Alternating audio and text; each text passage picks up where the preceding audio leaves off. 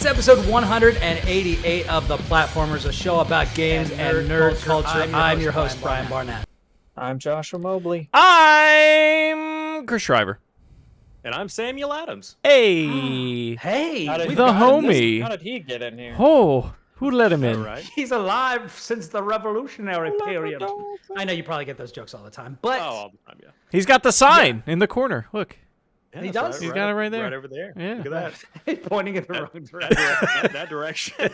Stage left, stage right, one of them. Yeah, One of the stages.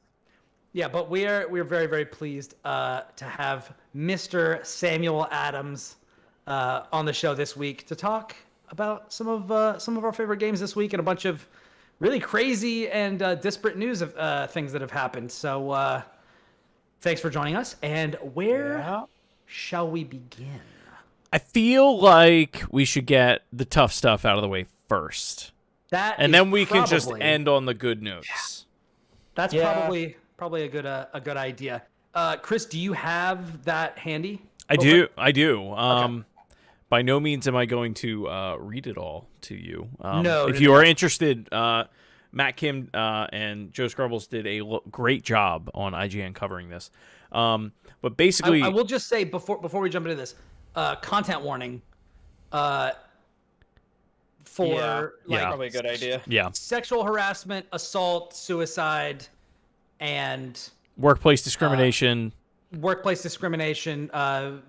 gender mistreatment, all sorts of gender things. inequality, a whole host of pretty awful things that we are not going to go incredibly in depth with, but we are going to kind of highlight and then point you to resources if you would like to learn more. Yes.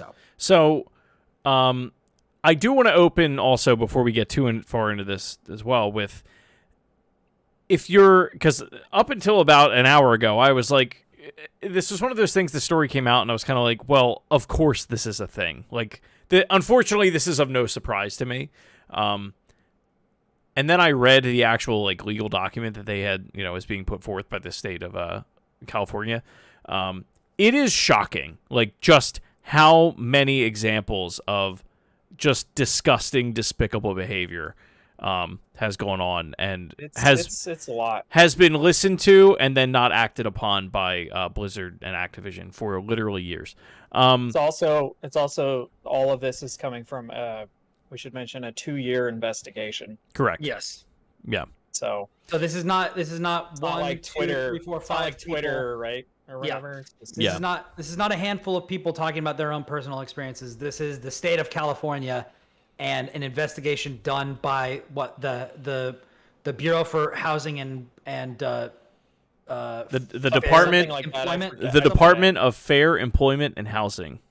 There you go. In the state of California. So serious. Yeah. Serious business. Serious business for sure. So Activision Blizzard is being sued by California over allegations of frat boy culture, which is repeatedly referenced in the document and it is accurate, and sexual harassment. Which seems so light a term for. Well, and that was just it, where it was like, you read, in my head, when I first saw the headline, not even read the article. Yeah. My mind immediately goes to okay, Grandma's Boy, right? If you remember that movie, it's Actually, I never saw that movie. I heard it was good though. I never saw it either. It's very good, but it's it's very early 2000s, right? It's a very male-dominated video game company, and they smoke weed and drink all the time, and whatever. And I was like, yeah, sexual harassment, it's a terrible thing. I'm glad that, they're doing something about it. But then, you really dig into it, and it's this is despicable. So, I mean, I don't know how in-depth we want to get. I can go through one or two of the specific examples that I found that I thought were pretty bad. So, if you want to, but basically the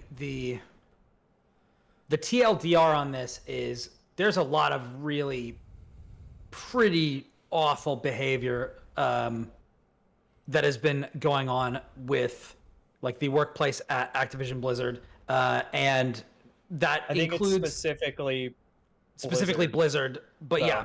which is now Activision Blizzard. Yeah. Yeah. But it was basically like men getting paid more and getting more promotions than their female coworkers in the same department who were doing more than their fair share of the work, including being delegated tasks from their male coworkers, et cetera, et cetera, et cetera, being passed over, having guys wandering around the office drunk and sexually harassing them, groping them at company gatherings, passing around nude photos of their coworkers at these parties and things like this.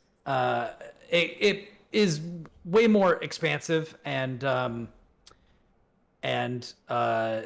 horrific than that, but this is just the 1,000-foot view of what the culture is like.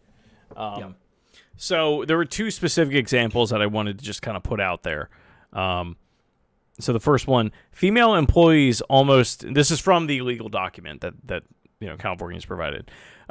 Female employees almost universally confirmed that working for defendants being Blizzard, was akin to working in a frat house, which invariably involved male employees drinking and subjecting female employees to sexual harassment with no repercussion. Cube crawls in defendants' offices were common, and male employees proudly came into work hungover. Similarly, male employees would play video games during work, engage in banter about their sexual encounters, talk openly about female bodies, and make numerous jokes about rape. As a product of this frat boy culture, women were subjected to numerous sexual comments and advances, groping and unwanted physical touching, and other forms of harassment. A female employee noted that random male employees would approach her on defendant's worksite and comment on her breasts. Female employees working for the World of Warcraft team noted that male employees and supervisors would hit on them, make derogatory comments about rape, and otherwise engage in demeaning behavior. This behavior was known to supervisors and indeed encouraged by them, including a male supervisor openly encouraging a male subordinate to buy a prostitute to cure his bad mood. What? Yep. What?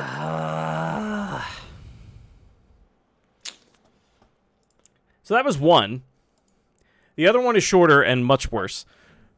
The trip. Yeah. Okay. In a tragic. This is the big one. This is the big one, which me. Yeah. In a tragic example of the harassment that defendants allowed to fester in their offices, a female employee committed suicide while on a company trip due to a sexual relationship that she had been having with her male supervisor. The male supervisor was found by police to have brought a butt plug and lubricant on this business trip. Another employee confirmed that the deceased female employee may have been suffering from other sexual harassment at work prior to her death. Specifically, at a holiday party before her death, male coworkers were alleged to be passing around a picture of the deceased's vagina.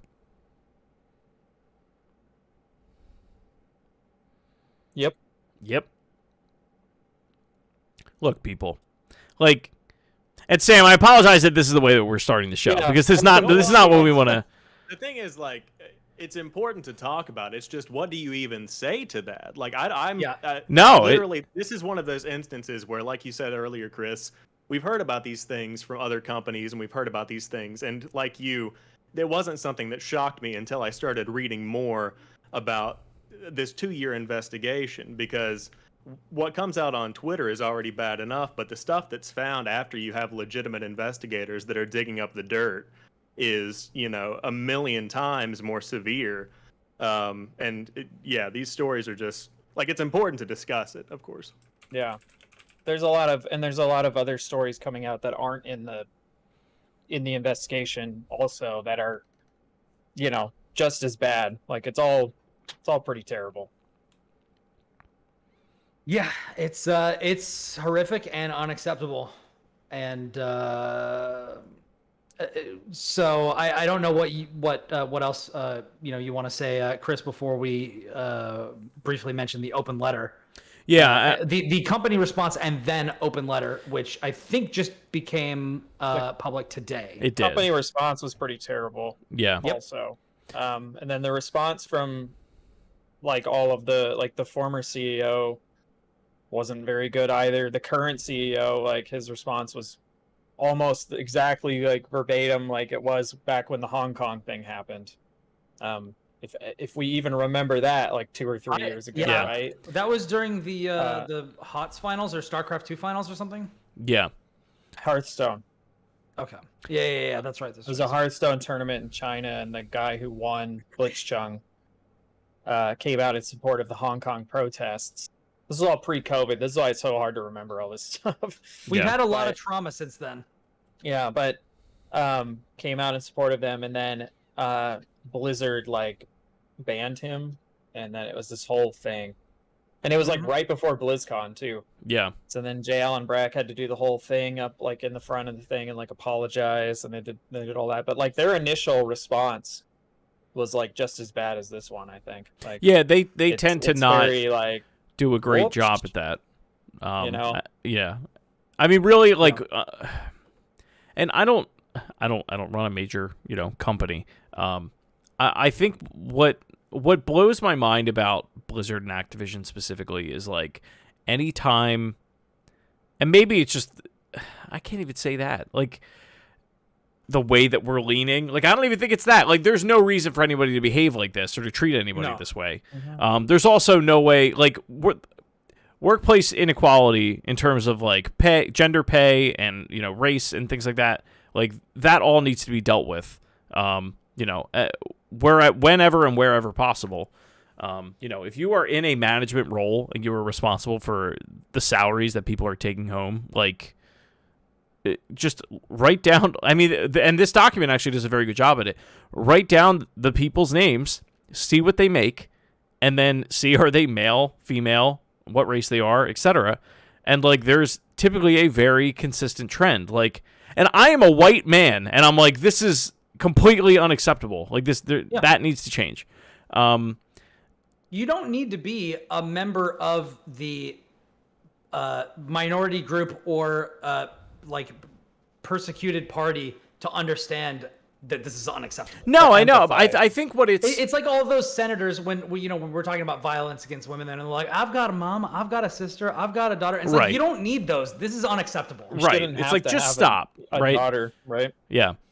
I don't have any kids. But it's just amazing to me that really bad about all this. This company specifically, time and time again, will manage to completely drop the ball in terms of what like lately, in the last 5 years or so, like yeah, that's what I mean. Yeah, like it's just what would be considered to be basic. You're taking things into consideration of basic human rights or just the way that you should treat one another. You know what this sounds like? And they just can't get it together. This sounds like golden era Atari. Yeah, that's exactly what it is. Like. This sounds like the cocaine-fueled parties that they would have at Atari in like the 80s. Yeah. And look what happened to them. Yeah, and look what happened to them, yeah. Well, that was a lot of just market stuff, but...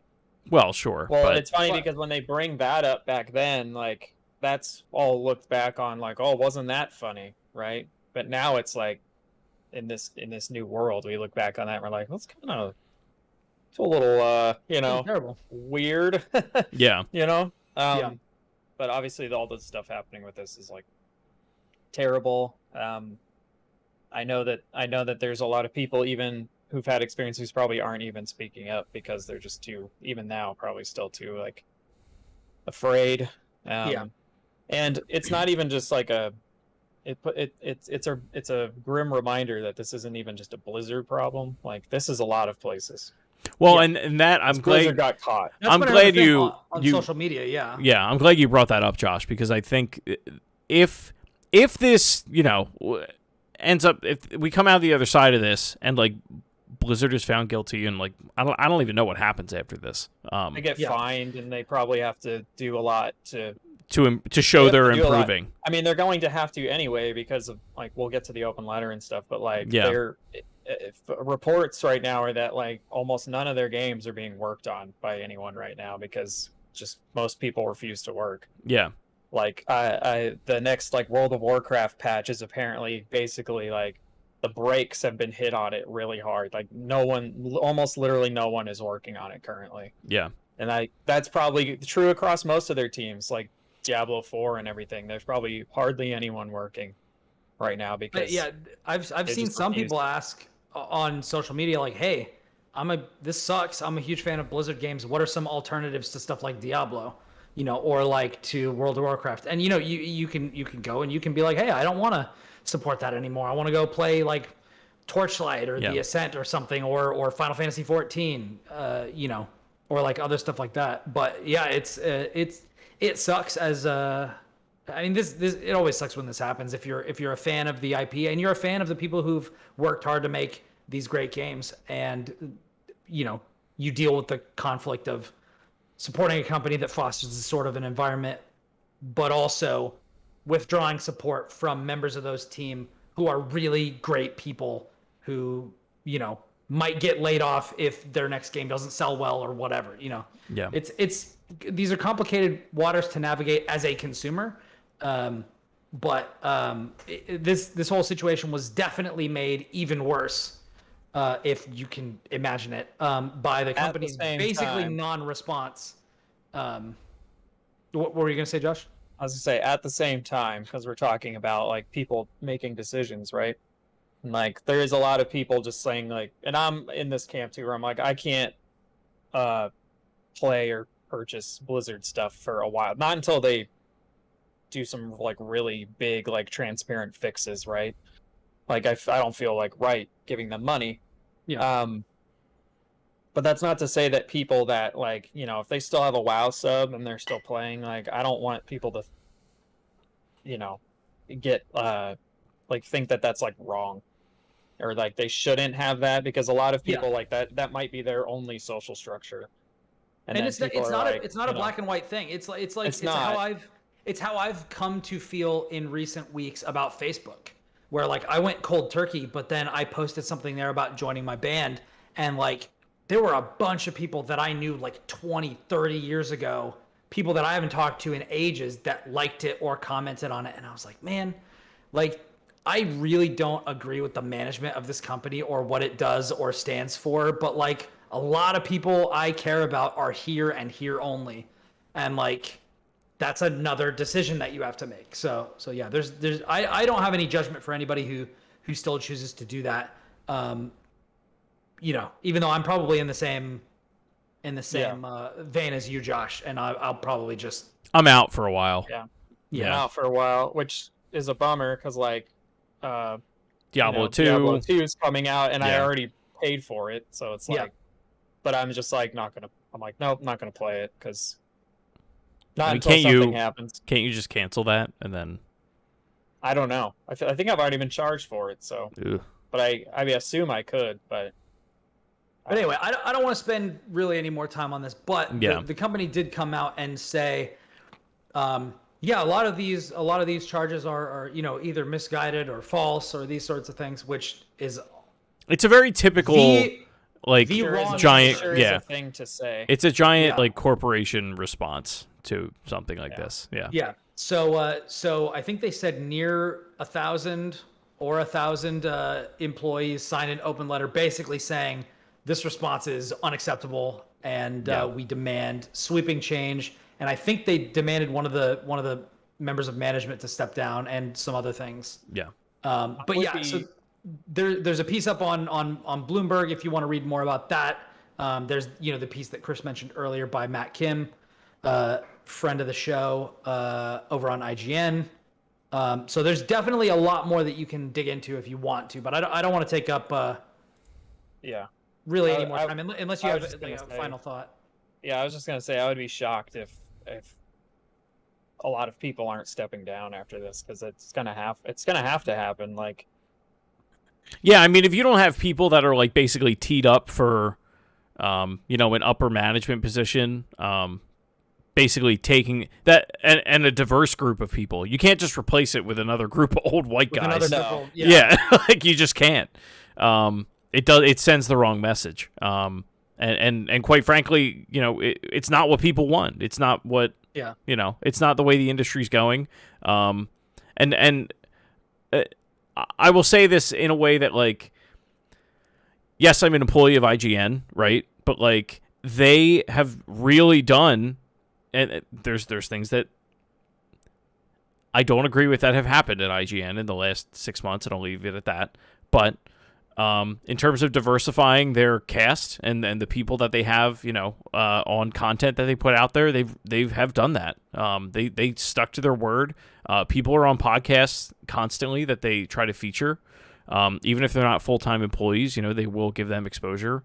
And then full-time employees that, are more diverse, they have done that.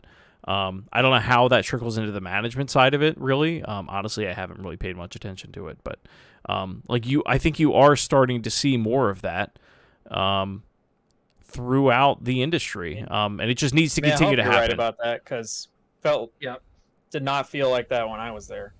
I had a lot. Oh, definitely not. Yeah. Well, when you were there, there were a lot. There was a lot of. There were a lot of problems. Yeah, when you were there. It was not a fun time. Yeah. Harry's in the chat. Hey, Harry's here. Hey, Harry, how you doing? I just have to think call one it of out. The biggest things, and this is just the one thing that I'll say on it to kind of tie it all together in my thoughts. But going back to even the Grandma's Boy mention that Chris had earlier, and the Atari cocaine days that Josh mentioned earlier, the gaming industry is still so incredibly young in the grand scheme of things. In comparison to so many other industries, it's still coming into its own.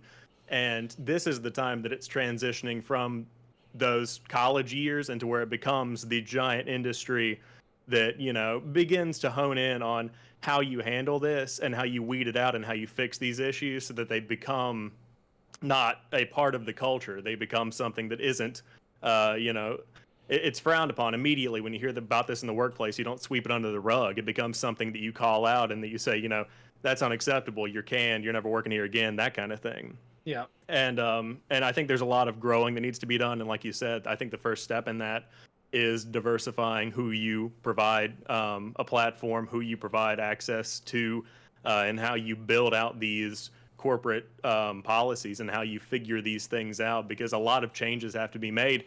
And it will take people that have led the industry to this point stepping down, just because the values that they have and the priorities they have around a situation like this may not line up with what is just morally right.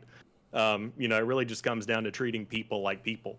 Right. It's not really about a gender or a race or anything like that. It's just giving people the respect and the compensation and the love that everybody deserves. That's really what it should be about. Yeah, and there is definitely something, and this is true in game development, as in addition to just being a part of a company for so long, being entrenched for such an extended period of time and decades, or even just going, head down on game development for a few years. Sometimes it can be hard to see the forest for the trees, and that's so any job. So I would agree. Getting fresh eyes into management and into, department supervisor positions and these sorts of things, who are not so dyed in the wool with, the previous establishment and these sorts of things, would be a good move, and a really, I think, pretty simple and straightforward way to start to make some progress, in addition to putting safeguards in place with HR and other things like this. But yeah. So, but that's all that. It's a lot more complicated than we made it out to be, but there's a lot of a lot of places. Yeah, if you want to read more about it, it's definitely there out there. Are lots of resources out there, which is great. So let's move on to some happier things, and let me start with something I forgot to do earlier, which is toss it to our special guest Samuel, and ask him to introduce himself and explain where people might have known him from and all that sort of stuff. This actually works out. I meant to do at the beginning, because Harry came to the chat late, so there you go. There you go. There you go. Harry, this is all for you, bud. It's all for you. Yeah. Well, this one's for Harry. No, but my name's Samuel Adams. I've been doing content creation on YouTube since I was in high school, and I used to host a show called the Jampack Report, which was a daily gaming news podcast 5 days a week that was just a solo show. Boy, I got tired very quickly after that, but I did it for about 3 years.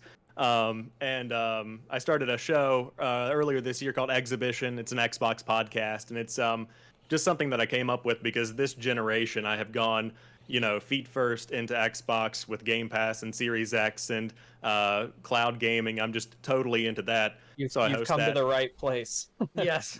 Yeah, You're home now. We're all big fans of the Series X and Xbox in general, especially this generation. Yeah, this generation has been a huge turnaround. And so with that passion, I really fell in love with it with the One X. And then I got the Series X, and I was like, if this is where, my love for gaming is evolving and becoming, I might as well go ahead and make it the show.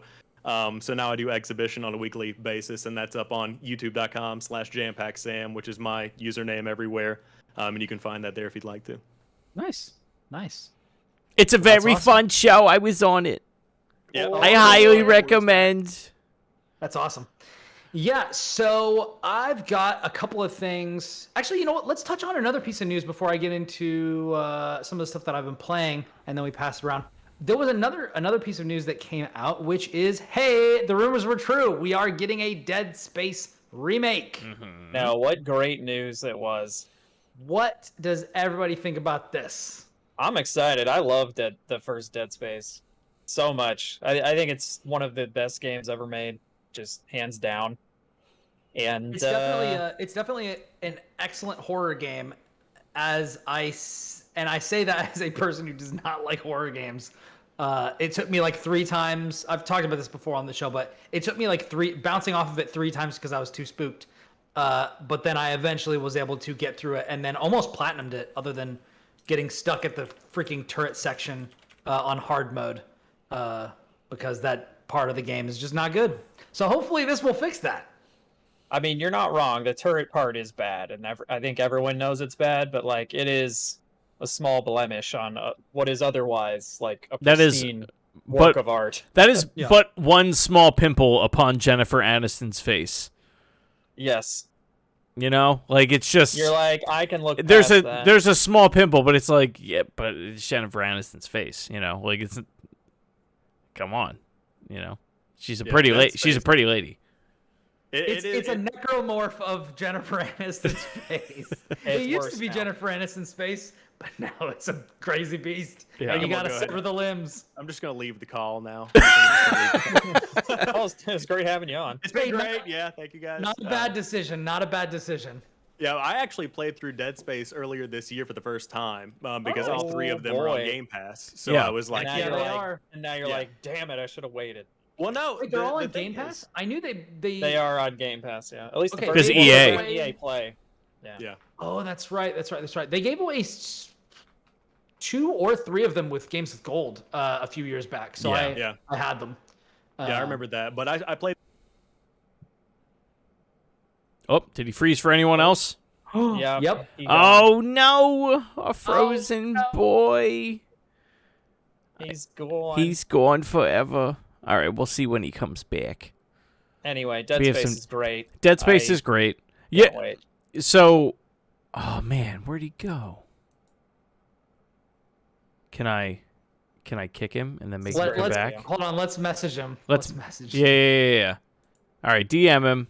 I'm just gonna like leave the call go. Did any of you, while we're waiting, Brian, are you handling messaging him since I have the stream up? Yeah, Yes. he's dead. Okay. Did any of you play Dead Space 3? No. No. I actually haven't even played Dead Space 2, Oh man. which I've everyone played a tells me is small- great. I've played a small bit of Dead Space 2, but I fell off of it. I was playing through it because Audrey's brother AJ wanted to play Dead Space 3 with me co-op, and I was like, well, I haven't played 2, so I need to play that. But yeah, I've been meaning to. I've heard that Dead Space 2 is really good. I've played the beginning of it. I really enjoyed it. I'm excited to get back to it, but I got to get through some more modern stuff before I go back. Let's see if I can get him back. JampackSam. Yeah, so I played the oh man, I'm all broken on the template. That's fine.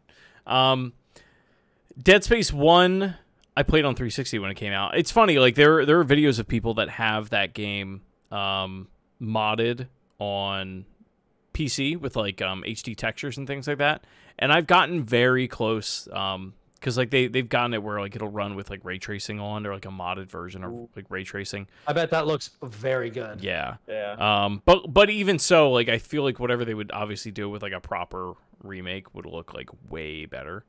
Yeah, but I I mean, mean, if the it's a teaser looks proper really good. remake, right? Not a remaster, so they're gonna just make everything from the ground That's up. what I mean. Yeah, like, but honestly, like even if they were like, no, it's like an HD, thing. Even that would be awesome. I feel like I would be totally fine with it. I'd be totally cool with that too. Remake makes it better, obviously. Obviously, I yeah, feel, yeah, but- yeah. yeah. But no, I mean, Dead Space 2 has some of the straight up most terrifying sequences in it. Of like for me personally, because I have a problem with eye things. Spoiler alert: that game's like 10 years old, and I mean, yeah. Oh, things Yeah. in your eyeball. yeah, that scene is like just horrendous to me. But man, what a game! What It's- 2 games? I never played the third one. From what I understand, it is co-op. If I'm thinking of the right game. Yeah, and it was like it had all this like pay to win stuff in it, where you could like pay to level up in the middle of the campaign and some other stuff that people didn't like, and just Oh, there we go. I'm back. we're It's dropping fine. everybody. It's fine. into We're the- dropping everybody. Yeah. It's fine. He had to reboot. It looks like he blue screened or something like that. Okay. His internet went out because there's a storm rolling through his area. Oh, so he said he will be no. right back. All right. Well, So we will I will. keep- Okay. I will. Pull in a 4th frame to make yourself whole. No, I did. I fixed it. I fixed the frame. I didn't realize I had the other one right there. Okay, cool. Yeah. Yeah, so we'll just continue on, and then he'll join us when he's able to pop back in. Yeah. Oh, poor guy. I know.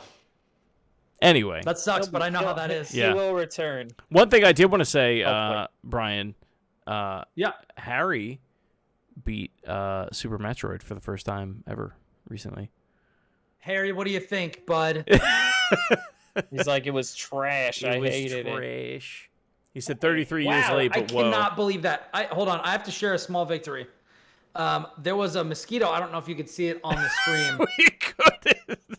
There was a mosquito Where are we flying going? around. It was buzzing between my screen and my face. I looked down, saw it, did this, killed it. One shot. Like those suckers, like you have to do it like 4 or 5 times before you get them. Yeah. And I nailed it in one. Not- What are the Not other ones? today. These are in PA. I don't know if they're like everywhere. Crane flies. They're similar to. I think they're called crane flies. Are they Similar to green? mosquitoes. Are they like pale green? No, it's almost. You know what it almost looks like? That may be a mayfly. I It think. almost looks like a flying, daddy longlegs. But obviously, Okay, what is would it? say- What is We- it we called? have I think it's those. called a crane fly. We have Crane things fly. like Normally that, you- yeah. I wonder if those are mosquito hawks. Like you'd find them in the morning, like if it was like a dewy morning. You know what I mean? But those things, like they were so slow. Like you could just like. Oh, wait a second. I think the crane fly is the mosquito hawk. Oh, there you go. Yeah, mosquito hawk. Yeah. So you they can just are- catch so- those suckers. They're really slow. But the thing, so I used to attack them before I learned that their larvae eat mosquito larvae. I did not And then know I that. was like, all right, you buddies. That's why they're called Have at mosquito it. hawks. There you go. I didn't Yeah. know that. Yeah, so they don't kill mosquitoes, but their larvae eat mosquito larvae while they're in like the little tepid pools and stuff. So I am a friend to those flying horrors. Brian You know, Barnett. near and- with the near more far. you know. The more friends you to know. the flying horrors. A friend to the flying horrors. Yeah. He said, so Harry says, dude, it was glorious. I can't believe how good it holds up. Awesome gameplay, exploration, a bit annoying to keep finding where to go, but of course, this is among the best games. Hey, there's a reason it's tied for top 1 Yeah. on my I've been trying to figure out the best way or the perfect way to play Zero Mission in the past couple days. wait for the Steam Deck and then play it there. Yeah, but by then, what's its will be out? Metroid Dread. Yeah, Metroid Yeah. Dread's already going to be out. So I have this. I have my my modded. We're like 75 days from it. I'm so excited. Oh, my GBA. I didn't realize it was that soon. Oh yeah, dude. Yep. It's close. Oh, look at that nice Yep. GBA. The problem is the tape that I use is like very thick in it, so the buttons are kind of like squishy. And honestly, like, I have big hands now. I'm a full-grown adult. This thing, it's way too small. Like, it's a child's toy. It's a child's toy. It's like the noisy cricket from Men in Black, to make an extraordinarily dated reference. Hey, I mean, that would have been relevant around the time that this came out. So there you go. Yeah, basically. Yeah, but yeah. So I'm having now. It's relevant in our hearts. I'm having a hard time finding where I'm going to play it. I may actually play it on here. Nice, Yep. nice. So okay, so speaking of the Steam Deck, I saw another piece go up on, I think, PC Gamer, where they were talking about the Steam Deck being set up basically to be an incredible emulation machine. And one of the people who developed Dolphin, and the person that developed the kind of premier Nintendo Switch emulator right now, are like really excited about the deck coming out. Yeah, that's why I'm excited for it. Like it is literally like, I'm kicking myself now because like I have the living room PC now. It's got like a 970 in it, which isn't like great, but it's like fine. Enough. But like realistically, I could set up a deck and have that thing like with me, whatever. And if I want to play it on the TV, just throw it in there. And those have an games Xbox have controller like hooked up to it. no overhead required. Like, no, not at all. I mean, they require nothing, so they're going to run amazingly. Yeah, I mean, I have the Razer Phone 2 from probably a year or two ago now, and a lot of like GameCube titles were able to run not 4K by any means, but like well enough that on that display, like it was fine. Heck yeah, man. Yeah, I'll say, dude, I will take. I have gone such a freaking 180. I don't need 4K. I don't even need 2K. Give me 1080p 60. I'll take it. Honestly, I'll take it. 1080p 60 on a 4K display, like I have a 75-inch TV. Like I don't think the Switch looks that bad at 1080p. Like when everyone's like, "Oh my god, we need a 4K Switch," you don't. Like you're fine. No, you don't. You really don't. It's probably I don't know, something 60. with their TV. You know what you need? You need HDMI. That's really all you need. Yeah. Because the Wii didn't have it, and nothing before it had it. Yeah. But anyway, yeah, I don't want to get too caught up on this. But I did want to talk about some cool stuff that I've been playing, because I played 2 things this week that are freaking awesome, and I wanted to talk about them. Word.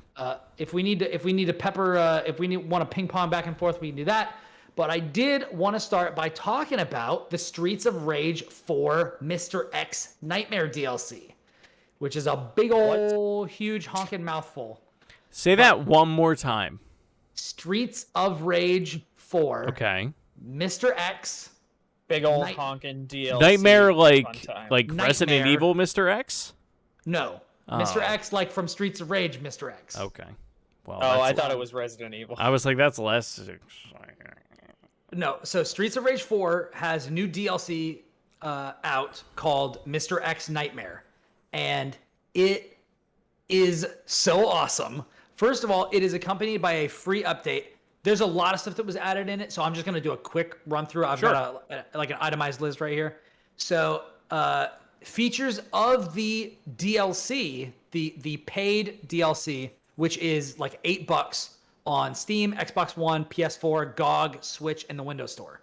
And the last time I checked, it was $19 for the whole thing, the base game and the DLC. And as we talked about before in my review of Streets of Rage 4, this game rips ass. It is like this is the best side-scrolling beat 'em up since, probably Castle Crashers was the last one that was this good. That's a statement if I've ever heard one. It is. I'm gonna be real. I think this might be my favorite side-scrolling beat 'em up outside of maybe the Ninja Turtles game or the X-Men game. Like, it's exceptionally good. It's better than Turtles in Time, because I don't believe you if it is. He's back. Oh, do we have a resurrection? Is he back? He Is may he back be, from the he dead? may have respawned. I have risen. But Yeah, it should be good. Let's see that video. Oh, there he is. Oh, there he is. is. Big, beautiful boy. He back. lives. He was going to say something amazing about Dead Space, and now we've moved totally on. But he is risen. I was gonna come back in and be like, anyways, Dead Space. Yeah. So right now, just to get you caught up, we're talking about the Streets of Rage 4 Mr. X Nightmare DLC. Okay, cool. So I reviewed Streets of Rage 4 when it came out. I've got a really great relationship with the PR firm that represents that publisher and that developer. So they sent us a code, and they sent us a code for this DLC as well.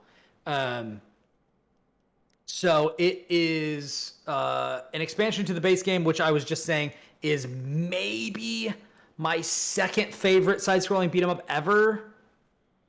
It doesn't feel as fluid as some of my favorites, but it is definitely... I'm trying to remember what my favorite was, because I do like the Turtles arcade game, and I really like the X-Men arcade game. I mean, those are like the big ones, right? And Turtles I like in Time Castle is like... Crashers. Then there's like Simpsons. Yeah, Simpsons is the other big one. I don't like the Simpsons one. Isn't River City Girls pretty popular in that genre? Right? Yeah. Yep. Yes, it is. I have not played that yet. I feel like there was another one that came out, or like not the same time as Streets of Rage 4. Oh, this is gonna there was kill me. Battletoads. That was. Oh, yeah! There was Battletoads. Oh, yeah. So Yeah. Battletoads felt more fluid, but it didn't stick with me the way that Streets of Rage 4 did. No, but I think it's because Battletoads, like all the other Battletoads games, gets really fucking hard. Like... Oh, no. I remember why I quit. That was when I had my RSI that flared Oh, up yeah, really yeah, badly. yeah. And so I had to stop playing it because those games are all like button mashy. Yeah. You know what? I'll go back because that's totally gone now. Yeah. I'm like totally good. But yeah, so Streets of Rage 4 is an exceptional game. Like it's really extraordinary. But the Mr. X Nightmare DLC adds 3 new characters, 3 new playable characters, Estelle, Max Thunder, and Shiva. It also adds a new survival mode, which is what I spent most of my time with. I literally have in all caps in my notes. This is so fun.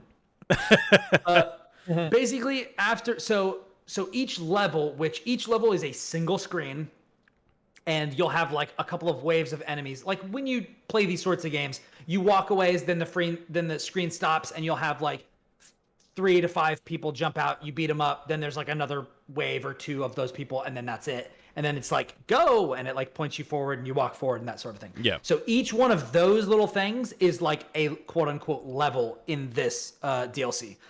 So after each one of those little level like sections, you get a perk. And you can choose those from a list of like 3 things. So like you'll get, when you do a special move, it'll poison people. And then they'll take damage over time. Or it'll add an electrical aura for all your weapons. So when you hit with them, it'll have like a little chain lightning thing that goes out and hits a bunch of people.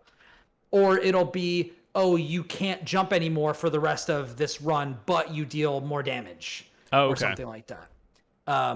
There's also a set seed for a weekly challenge that you can do and see like how far you can get and all that sort of stuff. But this mode adds a lot of fun for people who beat the game like myself and want to play more, but don't necessarily just want to play the same thing. Yeah, that's cool. Again. Like that's not typical of a beat 'em up. Like usually you run through it and it's like, I guess we'll do it again. Like that's really all there is to those. Remember when we did that? Yeah, and if you don't care about score chasing, like I don't care about score chasing, then like that is not really.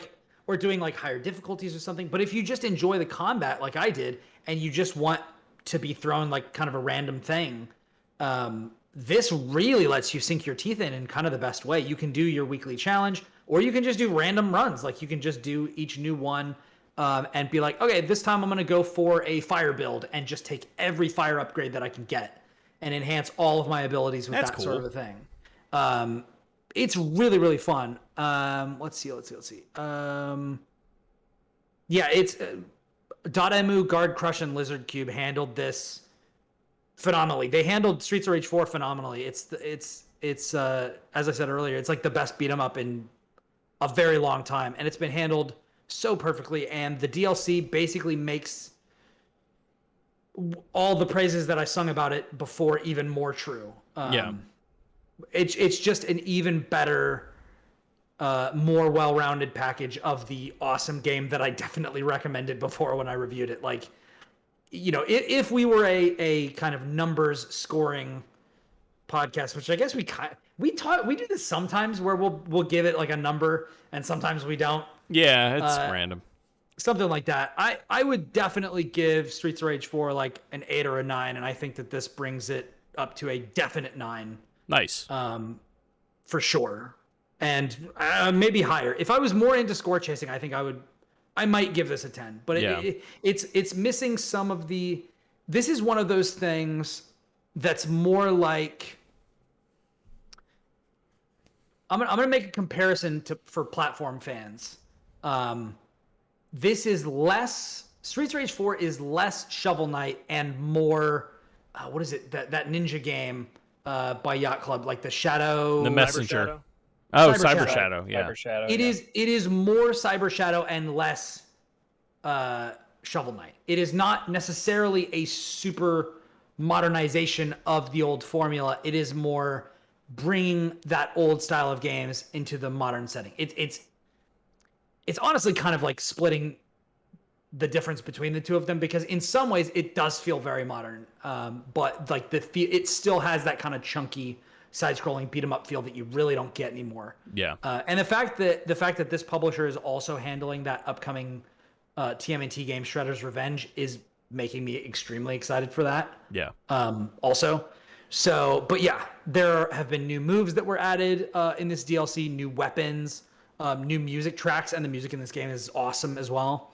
There was also a free update that was released the same day as the DLC, which adds a new difficulty level, which is, I think, Mania Plus, a new in-depth training mode with a tutorial, new color palettes for each of the characters, new refinements and rebalancing that is based off of feedback they got from the community. And the training mode, I saw the training mode. It looks like the training mode for a fighting game. Like they teach you how to do a bunch of different combos and like juggling combos with your characters. So, and that's one of the things that I thought was kind of lacking. I didn't realize with it was the game. that type of game. Yeah, I didn't realize it was that deep. Yeah.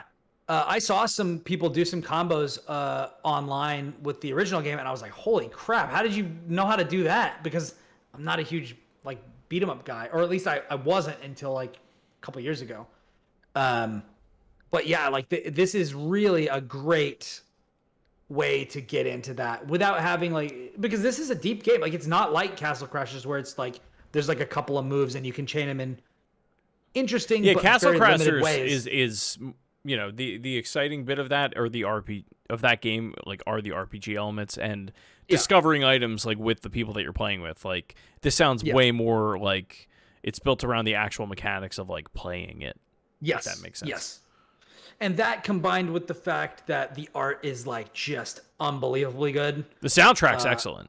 Yes, the soundtrack is also good. Like, come on, guys. Yeah. How much more do I have to recommend Streets of Rage 4 before you go get it? Like, come on. I have just a little more. I have zero experience with Sega stuff, and this has instantly made me be like, you know what? If they come out with Streets of Rage 5, I will be getting that day one. Yeah. You know, any of that sort of stuff. Like they've turned me into a fan of the series, even as somebody who had literally no heritage with it whatsoever. Nice. On Game Pass, by the way. Is it still there? Is it really? I'm pretty sure it's still there. It was the last time that I checked. That's where I originally played it, and I didn't go all the way through it. I kind of put it down after a while just because I'm not really a big beat 'em up guy. Like I played through Battletoads because that was really easy. Like you just kind of. I'm gonna look it up right now. Yeah. And see if it's on there. But that's where I played. That's where I played it at. Very good, very fun game for sure. That was one of those ones. It was like I will definitely play it when it gets there. I didn't realize it was already there. Yeah, it's included with it was included with Game Pass Ultimate. It was one of those day one games. Nice. Yeah, but I think this is just something to bring up since you guys have been talking about the DLC. I feel like DLC has markedly improved in the past few years. Like when I think back to like Call of Duty DLCs from when I was a kid and I was super into that kind of stuff, I feel like microtransactions have taken over what DLC used to be, and now DLC is like what the sequel would have been. Like DLCs have become so much more robust, and then even free updates, like with these different kinds of free cosmetics or free weapons or these free things are just getting to where developers are doing so much more in today's day and age that they weren't doing before, and it's just adding so much value to games. And then like this is included with Game Pass, so I'm definitely going to be way more willing to buy the DLC. You know, in the Xbox world, but even then, it's a great deal in the Switch space or PlayStation space or wherever you're playing. Yeah, like it's pretty rare when you look back, like on the 360 era, of the notable DLC drops. Like even when Mass Effect like Legendary Edition came out, and they're like it's going to include all that DLC that came out like after those games or whatever. And seeing how much was there, it's like wow, like that they really supported like that game like well out after its release. But like I remember going to GameStop still to this day, and it like sun showering, it like poured, and I picked up my physical copy of the Halo 2 multiplayer map pack, and it was like you had to install the one disc. Of those. Yeah, Yeah. and I got a magnet with it. It was like 700 megabytes or something on your hard drive. Yep. It took up some amount of space. Yeah, That was not insignificant at the time. Yeah, I mean, I would probably agree with you. yeah, Because we've got both of the DLC packs from The Witcher 3, which I have not yet played, but I have heard are just exceptional. Then we've got Prey Moon Crash, which basically turns this incredible BioShock-like game into a roguelike. Then we've got this, which basically does the same thing, but for a beat 'em up. Like, there's a lot of great DLC out there. yeah. Yeah.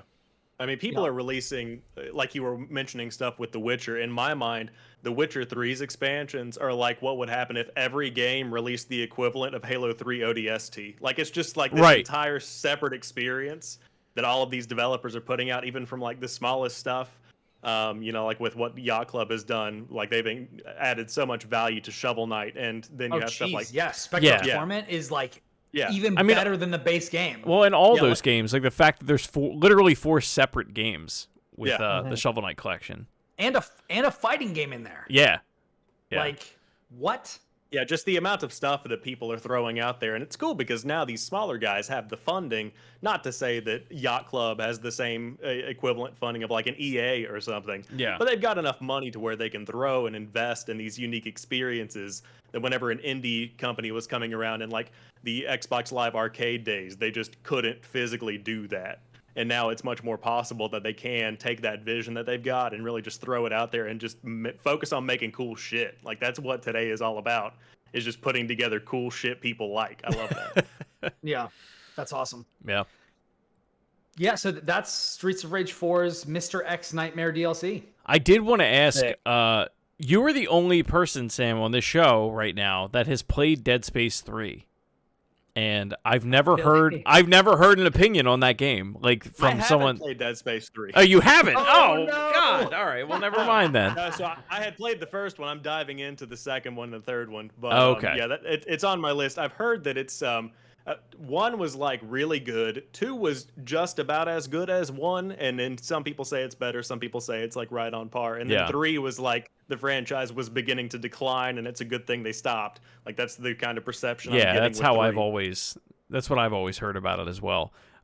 If you anybody listening that has never played Dead Space and is curious, definitely check them out. But also, if you have a solid pair of headphones and you can turn the lights out and play those games and really just want to poop your pants, like that game has some of the best audio of any game like released ever. Like if you really just want to poop your pants, like the time that Chris got freaking Wind Waker for his birthday. When I blow my birthday candles and shit my pants. Yeah, it's just like that. Just like that. I do want to say one thing about Dead Space because my internet went out, storm coming through, all that stuff. But I'm excited about Dead Space, and you guys might have said this already whenever I was frantically unplugging my equipment. But the thing I'm excited about for the remake is that in the same way that Resident Evil 2 really captured the essence of what we all felt back playing it on the PlayStation 1, I feel like Dead Space, since I played it a couple of months ago, it shows its age, and it is a good horror game, but it's starting to show that you could do so much better. Like I played through Resident Evil 7 a couple of months back, and to bring that fidelity and to bring that kind of experience and combine that level of just sheer terror that I felt with that, and apply that to the Dead Space universe, like if all of that functions appropriately and you have Dolby Vision and you have, these HDR televisions. Yeah, and like all this stuff where you've got the deepest blacks possible, where all of a sudden a necromancer just pops out of a corner and you had no idea they were there. It's stuff like that that's really going to take that and really just turn it up to 11. And that's what's really getting me pumped about it. But that's all I'll say about that. I got that out of my system. I can sleep tonight. I'm good. I hadn't Excellent. considered Also- HDR until you said it. That is like the perfect game for it. Yeah, no joke. I'm also gonna make a quick aside that so at the beginning of the show, this is just like a behind the scenes thing. My feed of Samuel's video has been pixelated and crazy. And since he signed back on afterwards, it's been consistently crazy. But both times, the moment that I readied my phone to take a picture of it, it cleared up. And so I just wanted to say, it did happen. This is not like my sighting of the Sasquatch in the woods. I don't believe you. My camera out fast enough to take a picture. But the next time it happens, I'm just immediately gonna go for the camera and see if that just fixes it. Yeah, go for it. I need there as you much go. help as I can get. So. Yeah. Yeah, but that was freaking fantastic, and I am really excited about Dead Space. And I am going to play 2 and 3. I'm going to do it. And you mentioned Resident Evil 2, which I think is great because Josh has sung the praises of Resident Evil 2 to such an extent that I actually bought the game. I haven't played it yet, but I haven't played any Resident Evil games really. And so I'm really excited on getting to that once I've finished. Man, I think the Hitman games are the things that I need to finish before I pick up anything else new. Man, Resident Evil is such a it's such a deep rabbit hole. Like there's just so much there. And granted, there's a lot there that like you don't need to check out, but like yeah, I definitely wanted it to be like, if somebody was like, "Hey, let me play Final Fantasy," I'd be like, "All right, play like 6 or 9 or 10." Right, or like, right. And like just do one, and if you like it, then there's more, and if not, you got a pretty good idea of what it is. So yeah. That I'm looking forward to having RE2 remake be that for me, and Dead Space be that for many new fans that I'm sure the series will get. Because when do you guys think this game's coming out? If you had to guess. Not for a while. I'm gonna say spring 2023. Ooh. I was gonna say fall 2022 at the earliest. Probably. Depending on how far because this has been rumored for a while. Yeah. So like it's been developed probably for a while. So it depends on how early they're doing. If they're doing the old Bethesda, we announce it and then 6 months later it's out. Whatever. I'm gonna go with a different guess. I'm gonna say 2025. No, I think it'll be October 2022. I think, and if not, that's not. Hold on. I think, and she may be in the other room. I might have a child by the time this game is out. Oh snap! There's a very good possibility that that could be a thing. I'm getting flashbacks of the nursery now. Yeah, right. It's bringing me. The last time I played Dead Space in the nursery. No. Yeah, no, like that didn't dawn on me until we were just talking about it now. Like there's a very real possibility that I will have a small human that I have to take care of whenever that game comes out. That you'll be a fall. That you can brainwash in the ways of Banjo-Kazooie. Yeah. This is the bear and bird. That you can fucking this is when indoctrinate with your humanity nonsense. Yeah, this is when video games peaked. They've never gotten better. I was playing Mad Monster Mansion Saturday night. I apologize to all of our whisperers for letting Chris be a co-host for so long with such incorrect opinions. Also, Harry's asking if that is news. That's not. No, I don't have news to announce. That I will not have a child before November of this year. Yeah. That would be insane. No. I Scientists. have to get through this wedding. Yeah. No, I have to get through this wedding. Absolutely not. Yeah. But yeah, other than that, I've been playing another thing, which we can get into now, unless somebody else wants to take it away with something they've been playing, and then we can come back to me later. Sam, what have you been playing? You're the guest. Yeah, I have been. Last week I wrapped up A Plague Tale: Innocence for the first time. Ooh. Yeah, and because it got the next generation upgrade at the beginning of July, so I started playing it. I think I started playing it on like June 27th without any kind of knowledge that the next gen thing was coming out. And then I read a post on Twitter, and I was like, well, putting that on the back burner. So it upgraded to 60 FPS and all of that. And I don't know if you guys have played it yet, but it is just a wonderfully told story. I think one of the reviewers described it as this has the soul of an indie with the budget of like a AAA game. Oh wow. Or at least a AA game. Like it's not quite on that like Call of Duty millions of dollars level, but it's really, really well done. And the It's very storytelling good. is, yeah, it's phenomenal. And I'm really looking forward to Playtale Requiem, which was announced during the Xbox show. I really look forward to seeing what they do with the world they've built. But on top of that, I've been playing a ton of Splitgate. I don't know if you guys have heard of Splitgate yet. I actually jumped into a bit of that.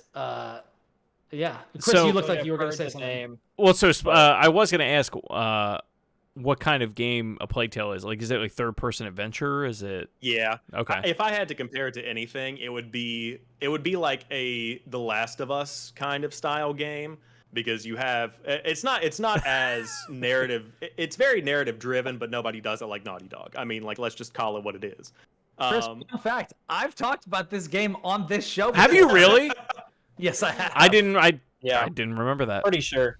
Yeah, but it's very much so in my mind. It's in a similar vein to The Last of Us, not quite as dark and not quite as like gritty and realistic. It doesn't look. Not every game needs to be, you know, Yeah. It's the kinda depressing, 1,000 out of though. 1,000. It is very depressing, and I will say, like, Do you know who it's you're got- talking It's to? got plague in the name, so Yeah. Yeah, there are just these giant waves of rats that come, and like you physically watch them eat people down to the bone, and it's Oh like, hell yeah! yeah, and so it looks like they did fantastic with the visuals of that, to where it Oh, I'm legitimately playing like this. that's what it would look like if somebody got eaten. Like that's a thought that I had, you know. fun fact.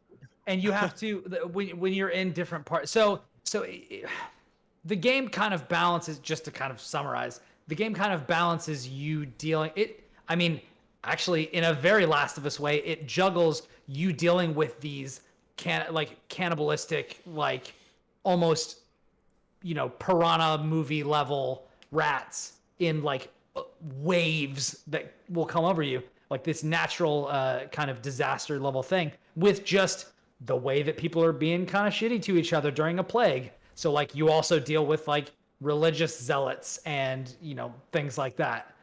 So you're bouncing between the humans who are a problem and the monsters that are a problem, you know, Look, in that sort of way. everything- you have to keep a torch with you to keep the rats at bay and these sorts of things. Like it's very good. Everything the two of you just said has me sold, but the icing on the cake, Harry in the chat, it's also a moderately easy platinum. Uh-oh. I mean, I will say that it's not, depending on what difficulty you play on. I ran into a couple of issues where I think it was mainly just like an AI thing. Yeah. Where it was just kind of, there are specific points, because it's from Focus Home Interactive, which isn't to be a dig at them, but they're not like the biggest, you know, Sure. Yeah. entity. And so there are certain instances where I think it kind of held me back, but I finished the entire thing probably in the matter of about a week, and that's me playing for 1 or 2 hours a day. Like, Oh. it wasn't anything. Yeah. I'm it's sold. not, it's, yeah. So And, it's, and to add another selling point to it, Chris, it was or is on PS Plus. Oh, which I know. means I you already own I it. already own it. Like Yeah. the plan is, because now this is great. This is great. I'm sold for like the through November. I've got all I can't three. believe that this. Were you even on the show when I may talked not about have the show? been. Because I got a key for this game. I may not Like, have been. Maybe he wasn't. Yeah, but Ah, Mafia 1 through 3, I'm still going through all them. I'm only on the first Mafia game, and like those games aren't great, but I'm loving it. yeah, And I got this. It's fantastic. yeah. On top of everything and else, you know it's getting a sequel, Right. So why not? yeah, yeah. Excellent. very cool. Very Excellent. cool. Yeah, so I've been playing that in Splitgate, and then Splitgate's just the Halo Portal mixture, where like they are just blatantly like, it is a Halo game. It feels like a Halo game, and I love that about it. Like there's, you know, It's Because super not fun. Just like Halo 4, like Yeah. Infinity multiplayer to me visually. Yeah. Yeah, I would say the movement isn't quite Halo 4. The movement is somewhere between Reach and 4, I would say, is how I would describe the movement. Yeah, yeah. But I've been playing Splitgate since, I would say, I think it released, I want to say, in 2019. Yep. And I was playing it during my last semester of college. And so I've been out of college for about 2 years now, and it's still a game that I come back to from time to time. But 2 weeks ago, the player count was at 445, and then they passed their threshold of 65,000 over last weekend. And now they've received $10 million in funding that was announced today to continue building out those servers and to continue building up to their. It's now an August release. It was supposed to be this week. But if anybody loves Halo and you like the idea of a shooter in the world of Portal, it's exactly what you want. It's so good. Can't recommend it enough. Yeah, I mean it's nuts. It's been on Steam, like Sam said, since 2019. But like, it was one of those games when I played it, I was like, I can't believe that the studio is this small and that it has it. Like, they were like, yeah, we'd love for it to be on console, but we're so small we can't even get there yet. And now the only reason that it's not is because Redis only supports like so many open ports at a time, like the database that they're using.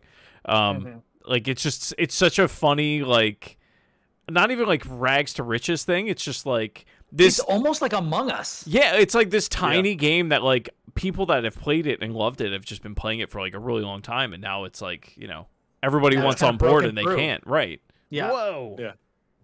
Look that at was that. fast. Yeah. He's a quick boy. Linguini. Yeah, it's insane. A team of 4 people made this game. 4 It people. looked ridiculous for a team of 4. Yeah. Yeah, Which it's we're gonna really talk good. about. We're gonna talk about games that look ridiculous for the teams that they have in a little bit. There's a little teaser for you. But yeah, I think Splitgate is pretty fun, and of the like free to play shooters, it's definitely my favorite one so far. I got into like Blacklight Retribution when the PS4 launched for a little bit. I played that for a hot minute. Yeah. Yeah, but other than that, like I don't think I've really played any, and I mean, in looking to the future, I will be playing Halo Infinite multiplayer, which is free to play, and that will probably become like the platinum standard for free to play shooters. I hope so. I constantly forget that's they're doing that free to play. Yeah. Yeah, it's insane. And I will say, to tie that back into Splitgate, it is so important they release Splitgate as soon as possible, because as soon as Halo Infinite comes out, that game is going to get swallowed like a shark eats a goldfish. It is it is gone. If it ends up being good at launch, yes. Yeah. Yeah, and Halo, I mean, even if it's not good at launch, I mean, I was reading earlier today where Halo 5 sold 3 million copies in 3 months, and like that was, in my opinion, the weakest of all of the Halo games. And so if that's pulling numbers like Halo that, 3, you said? no, Halo 5. Oh, Halo 5. Yeah. Yeah. Oh, yeah. That was definitely the weakest story wise. I really like the combat though. I really like. The gameplay. multiplayer in the multiplayer Halo is 5 fun. a lot. It's Multiplayer good. is very good. For me, Halo 4 is where it hits the sweet spot between being modern and being traditional. I feel like Halo 5, there was a little bit too, it was a little bit too fast for me. I feel like the pace of the gameplay was a little bit too quick. But that's just again, 2 brain cells trying to keep up with everything happening on the screen. I will say you got a lot of respect from me, putting respect on Halo 4's name, because I'm one of those people out there that really likes Halo 4. Yeah, it's phenomenal. If I'm playing a specific Halo game in the Master Chief Collection, which I play a ton of Halo on Series X, as I'm sure many people do, but if I'm choosing one to play, it's either going to be Halo 2 Anniversary or Halo 4. Those are like cream of the crop, chef's kiss for me. Yeah. Yeah. Well, There are some people though. I'm having a Step Brothers moment right here. Did we just become best friends? Yep. You want to go do karate in the garage? I didn't like Halo 4 at the time. I don't really like the campaign of Halo 4, but I've come around on the multiplayer part of it. It does feel pretty good. It almost feels like it's like, not quite Halo 5, but close. Yeah. Yeah. But when I play Master Chief Collection, I literally am like shuffle all the games. I don't care. Put them all in. I don't. It is funny though. my I hit hands. Halo 4 and like, it's like I don't even have thumbs. Like, I am so bad at that game. I don't know what it is. It's rough. Yeah. Yeah, I definitely played the most of Halo 3 because that came out when I was in college, but Halo 4 was like is like right there. Yeah. With like I played that Infinity multiplayer a lot because a lot of people hated this. I loved being able to get a certain number of points and then call ordnance that you wanted. Yes. And like get a new gun. I was like, hell yeah, give me the freaking saw. I'm gonna rip into Yeah. people. Yeah. Like, come on. Yeah, I mean, that's fantastic. Yeah, Just being able to call in like damage boosts and saws and stuff, and just have it drop down, and the rail gun, and then it's not super overpowered because immediately I could just get my brains blown out by a sniper rifle, and then somebody goes and grabs my shit anyway. But it's just like the ability to have that option, and I can totally decimate someone with it. Wonderful, just love it. Or like 3 people walk around a corner, and you've got like I forget what it's called, like an incinerator cannon, and you're just like, it's your ass goodbye, dude. Like you are so dead. Yeah, it's great. Like, yeah, super good, super good. Yeah, I am extremely excited for Halo Infinite, and I can't wait for it to come out. That's It's gonna be a good time.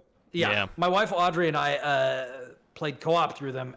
When Halo 5 came out, I was playing multiplayer, and I'd been making like this sweet tea that she really liked, and she wanted me to make some more, and I'm like, okay, but I'm in a multiplayer match, so you gotta like run around. Take this controller if you want me to make this tea. And so she's like, well, what if I die? I'm like, I don't care about my kill to death ratio. Just don't get me kicked out of the match. Yep. And she's like, okay. She's like, and then she like just ran around for a little bit. And she's like, what are the buttons? Like, how do you jump? And I was like, all right, this. And she's like, how do you melee attack? And I told her, and she was like, I think I see something.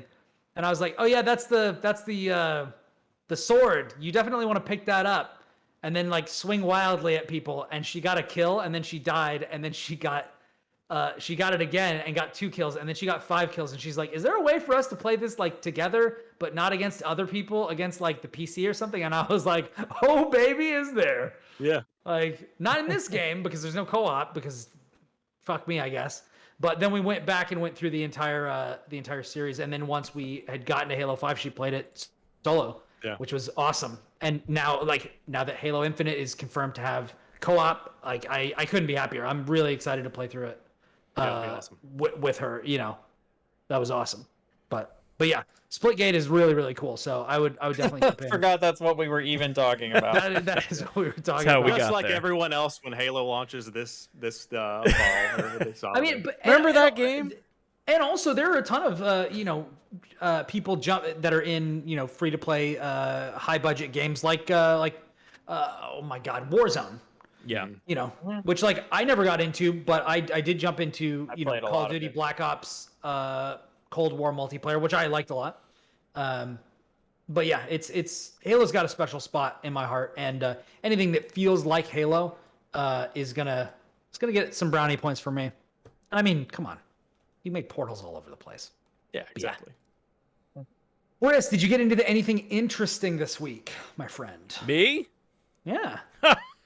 Yeah, Chris Shriver, what'd you do? Well, I barely played anything this week. Awesome. Yeah, no, I just been doing a lot of life things. Sure.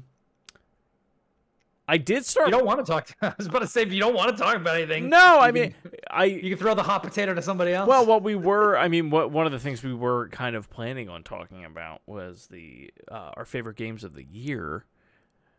I want to segue into that from something. Okay, so Joshy boy, you go then. Oh, my turn. Oh boy. Wait, you want me to talk about a game or our favorite? What are you doing? What did you do this week? What have you been playing? Did you do anything cool? Oh my god, I played a lot of Final Fantasy XIV. I did that. I'm like everyone else, just jumping right back in there. I'm gonna do that soon, but I need to get through some stuff first. How does it feel? How does it feel to be in there? It feels good now that I'm done with A Realm Reborn, because A Realm Reborn is a bit of a slog.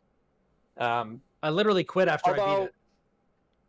It was a slog when I was playing it, because then they hadn't scrunched it down. They hadn't cut out a lot of it, or a lot of the quests that didn't really add anything to the story or anything. So, back when I was doing it, I got almost all the way done, and then they were like, hey, guess what, we're gonna be cutting this down significantly, and I'm like, oh great, thanks. In the game where you don't need to roll alternate characters because you can just multi-class and everything. But I did end up that's what I'm looking for. I did end up finishing A Realm Reborn. I'm currently on the like post-launch content basically. So like I think I'm on 2.55, which is the last one before you get to Heavensward or Heavensward. I think you mean the award-winning Heavensward. Yeah, the award-winning MMO. Um, so With I'm the doing critically like acclaimed DLC expansion. Have you jumped on the? Yeah, that's the meme right now. Have you jumped on the critically acclaimed MMO Final Fantasy XIV yet? Like with the, it's like with the free trial. With the award-winning, with the free trial and the award-winning expansion Heavensward. Yeah. That's like that Game Pass meme that Destin started. The answer is yes. I have jumped on all that. Yeah. But yeah, I'm having a really good time. I did the first part of the first 24-man raid, which is Crystal Tower, which they make you do now after the squish. It used to be optional, but apparently it comes up a lot more in the plot, like later expansions. So they're like, nope, now you're forced to do this like 24-man raid content. So I've done the first, like, it's in 3 parts. I've done the first part of it. And there's some other stuff I've been working on. I'm still rocking my paladin, still tanking, doing it, you know. It's great. Doing it right. Doing it right. Yes. I'm still digging it a lot. I will say, yeah, when we were playing it back in the day and we were trying to get through Realm Reborn, I was like, man, I don't care about these characters. Like, I don't know about all this. Like, I'm not feeling it, right? It just kind of like the game is fun, but I don't feel like as attached to all this stuff. But since then, in like a lot of the post-launch content, it's like I'm starting to kind of care about the characters, and the world is shifting around a little bit, changing up. They start to sort of like poke you about things that are coming up and things that have happened to certain characters, and it's cool, man. I'm hoping I can get to Heavensward like this week, which is funny because I looked at my playtime and I have like 75 hours and I'm still not at the first expansion, which is just like wild to me. But again, a lot of that was pre-squish on AAR. Man, but speaking of games that have had great expansions and great DLC, like my understanding is that FF14, like we were talking about, like the base game was no great shakes, but the DLC have all been like pretty well regarded. When that game launched, like it was like an embarrassment to Square Enix. Like they were not. They had to completely like relaunch 1.0 it. was And I'm pretty sure Shadowbringers got like a 94 on Metacritic or something absurd.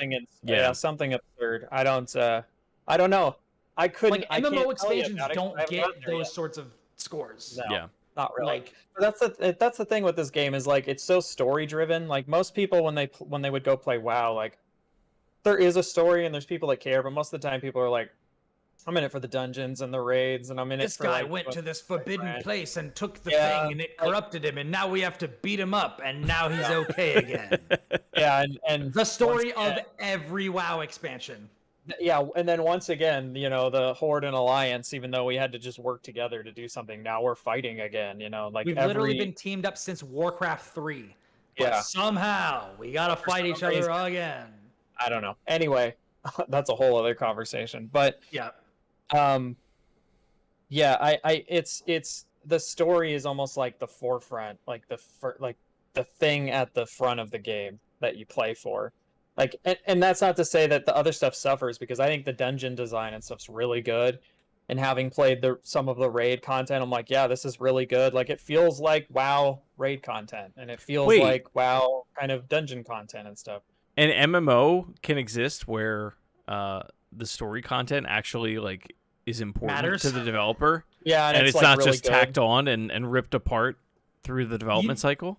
You know what is so crazy is I actually heard somebody, I forget who this was, I wish I could credit them, but I heard somebody say that like if Final Fantasy XIV was a single player like game like most of the other games in the series, it would be like top 2 or top 3 as far as the story is concerned. Wow. Like they put it up there and they're like, this is almost as good as 6 or 4. By itself, Realm Reborn, I'd say no. Definitely not. But I think they were talking about that and all the expansions. As it goes, like I find myself like I'm still in Crystal Tower, so I don't even know like what's going on in the rest of the expansions. Like I'm starting to get teased about like what Heavensward's actually about and stuff. So Just get me How excited many to jump how many back in. hours do you have in this game? like about 75. Jesus fucking Christ! There's no way I would ever play this. Here's the thing, Chris. It takes way less time to get to where he's at now because they got rid of a lot of the. That's what I'm saying. Back then, when Oh my Brian and I God. first started playing, like A Realm Reborn took you about 50 hours if you were like mainlining it to get through, but they took out so much of it that I don't actually know how long it takes now to get through A Realm Reborn, to be honest. But I know that they cut out a significant amount. Like a lot of filler. Yeah. But It's like Dragon Ball Z versus Dragon Ball Z Kai, Right? basically. No, is yeah, what they've done. yeah. they also make you go through all the post-launch content. So like if like between expansions they launch like 2.1 or whatever, and those will have like more story, and like you might get like maybe a new dungeon or like some kind of thing. Usually there's like a dungeon, but and like maybe a side story, but they're kind of like building upon what already happened, but then they'll also build upon like things that are going to happen. Right. So right now I'm in the interim period between A Realm Reborn and Heavensward, which is like it was a lot of dungeon stuff, and then now it's like a lot of raid stuff, like with Crystal Tower. So I'm doing all of the first raid basically that they had. That was 24 man. But like that's also the thing is like I was listening to a different podcast and they were talking about the game, and they mentioned Crystal Tower specifically, and they're like, everything that's story based in this game, it's like you think some of it might not matter. They're like, when you first do Crystal Tower, you're like, what does this have to do with anything? Because it doesn't come back up for like tons of time, and then eventually you find out actually it has a lot to do with what's going on later on. You learn like new things, and it's like they sort of just planted that like way back in the day, or maybe they thought of an idea later. They're like, well, actually, we did this back in the day. We could do this, but like, That's like unlike some of the a lot best of other written games, television. Yeah. Unlike a lot of other games, and I feel like one of the things that I think Destiny struggled with too, near its current thing. I haven't played since February, but still, like, it felt like you never got payoff on anything. They kept setting up these little things, and then they would kind of just like tease you a little bit, and then it's like, oh, it's the next season though now. Yeah. So they kept it's like, going but to what next about all the season. questions that we asked this time around? And yeah. Yeah, I find, and I've heard other Kinda like people say this, Lost. that when you play like 14 content, it's like or like when an expansion comes out, you're getting a complete story from start to finish. Yeah. In that expansion, you're not like waiting. You're not getting like 75% of the way through, and then they're like, okay, well, the rest of the story is going to be in the post-launch content. It's not quite. It's not quite like that. I thought I liked that model when Destiny 2 started doing I liked it too, and then they did and- it, and I was like, actually, I hate this. Yeah, and it was like, oh, I missed playing that week, and now I just don't get that cutscene. That was super important. Okay. And the one thing, I'm gonna steal this from someone else that I heard say it. I don't actually remember who I heard say it, but you're like saying like, oh, that's a lot of hours. Like I'm never gonna do that, right? The difference in this game, I feel like, is that in something like Destiny, everything became something that you had to do to keep up. Like you have to run all your weeklies, you have to run the raid, you have to do this. Right. In 14, I feel like you have a lot of stuff that you can do, but there's nothing you have to do. Like, you don't have to go through the story if you don't want to. Like, you don't have to level like that class. You're like halfway through leveling that class, you change your weapon, you turn into a completely different class. You're like, I'm gonna do this. You just want to take some time off and like cook food and do that and go fishing.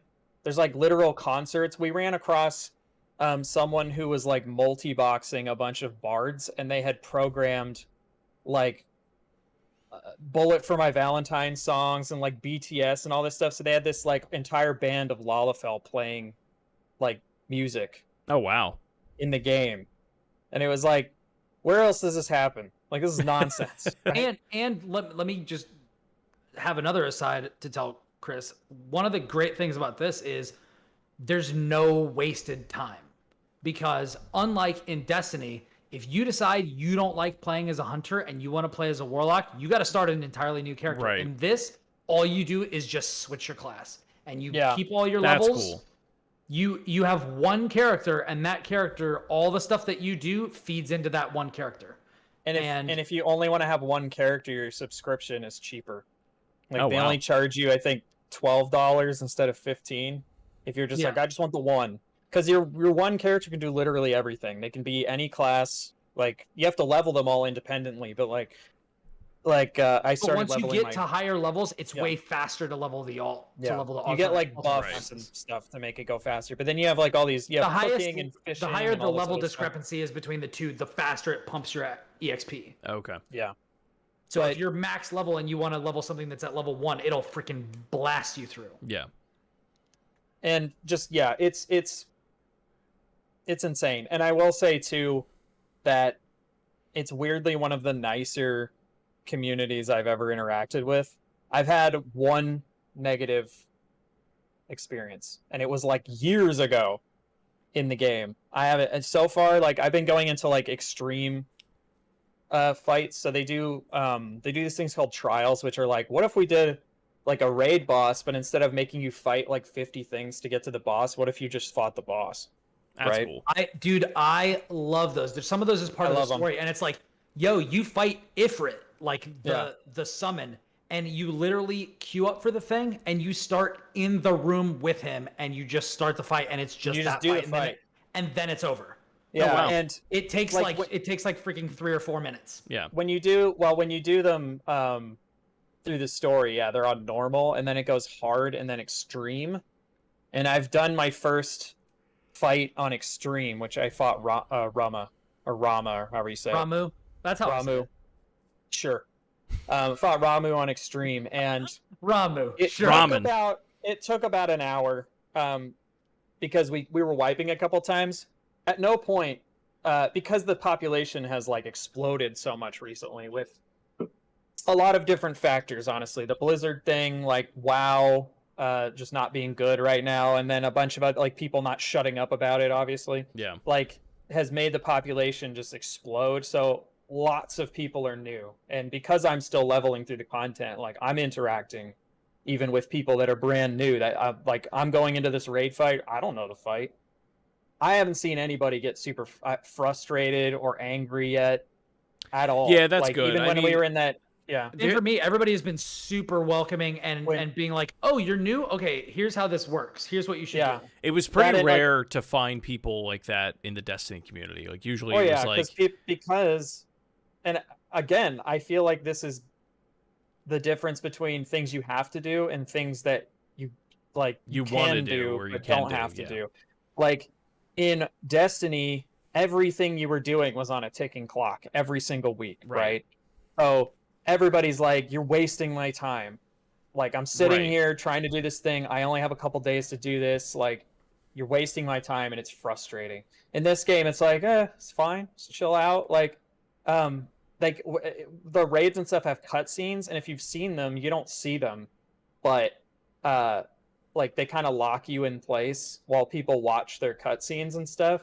I've never seen anyone be like, ugh, like or anything. There's all these memes in the community about like how watching the cutscenes is the morally right thing to do. Like they're like, no, just chill, watch your cutscene. It's fine. We'll Yeah. get him. You know, we'll kill him. It's cool. But yeah, I did that extreme Rama fight, which was like the hardest it gets, basically, for content wise. And there's all these different raid mechanics. You got to manage buffs and debuffs and like run and do all this positioning, like very much like a Destiny raid would be. But I would say probably a little more complicated just because of like, you know, how camera vast angles and everything things, is, right? yeah. And you got more Yeah. abilities that you're working with Um, instead of right. just like 3. Exactly. And like nobody ever got frustrated. Every time something happened, we would ask questions like, why did we wipe? And it would be like, oh, and somebody would pipe up and explain it and be like, okay, so when this happens, you need to grab like 3 orbs. And then me and the other tank would be like, okay, you grab first and then I'll grab second. And then when you start to like, you know, when your debuff happens or whatever, like tell me and I'll use provoke, you know, we'll trade basically the aggro and stuff. And then it's just like, it went smoothly and then we did it. It was great. It's like it's a weird experience because it's like I am so accustomed to like people in World of Warcraft and people in like Destiny They get really mad. being just jerks all the time, and then this game, it's like, it's just so super cool. There's just like people hanging out a lot of times, like I mentioned with the band, like the You go to the Lalafell freaking band and stuff. casino if you want. Yeah, there's a whole casino where you just like earn pets and you could play triple triad and like mahjong and crap. It's like, it's great. I think it's a fantastic game. Have you played this at all, Sam? At all? No? I have not. I know that I used to stream on Twitch, and so once you stream for a specific amount of time, you start to follow along with like the culture. And I know that one of the biggest things that's pushing a lot of people there is that Asmongold got tired of WoW, and he's been playing a lot of Final Fantasy XIV. And so again, while I'm working, like we were talking about before the show, I'll just throw something up on a monitor. So I've been watching it on and off, and then I've been like sprinkling in some New World just to like, you know, watch people play before their 3090s fry and stuff like that. Yeah.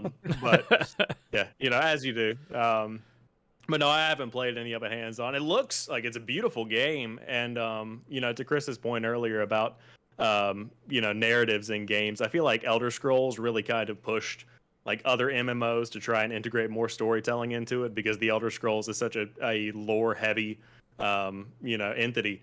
That's another one that's supposed to be really, really good. ESO is fantastic, and that's another game where it has like that high-end raid content and stuff you can do, but most of the time when I dip in, I'll play for like a week, and what's great is like the whole thing scales to you, so I can just be like, I'm gonna go to Morrowind today, and you just wander around, you end up getting in some quest line that ends up being a whole thing, like normally you would get into like when playing an Elder Scrolls game. You just like stumble into some random thing, and then it turns out that it's like some really important quest.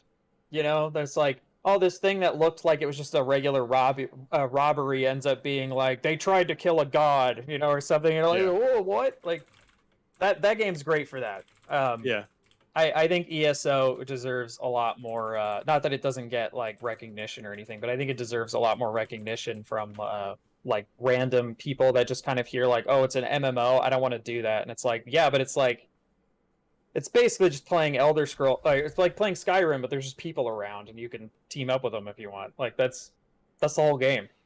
Like it's super neat. Did that game ever? Did they ever do a next gen patch for that? They did. They did. Yeah. Last month. Okay. So it's on Game Pass, so you can play it. They redid the whole intro sequence and everything. Oh, nice. Also, so you can play it there, and then. Yeah, I highly recommend ESO, especially if you're like someone that really likes Elder Scrolls, but you're also someone that's like, yeah, but I don't want to play like an MMO where I gotta like talk to people and like do all this stuff. It's like, yeah, but you don't have to. You can literally wander around the world and do like random crap and just get into. You would play Skyrim. I could see myself checking that out. I mean, like Skyrim.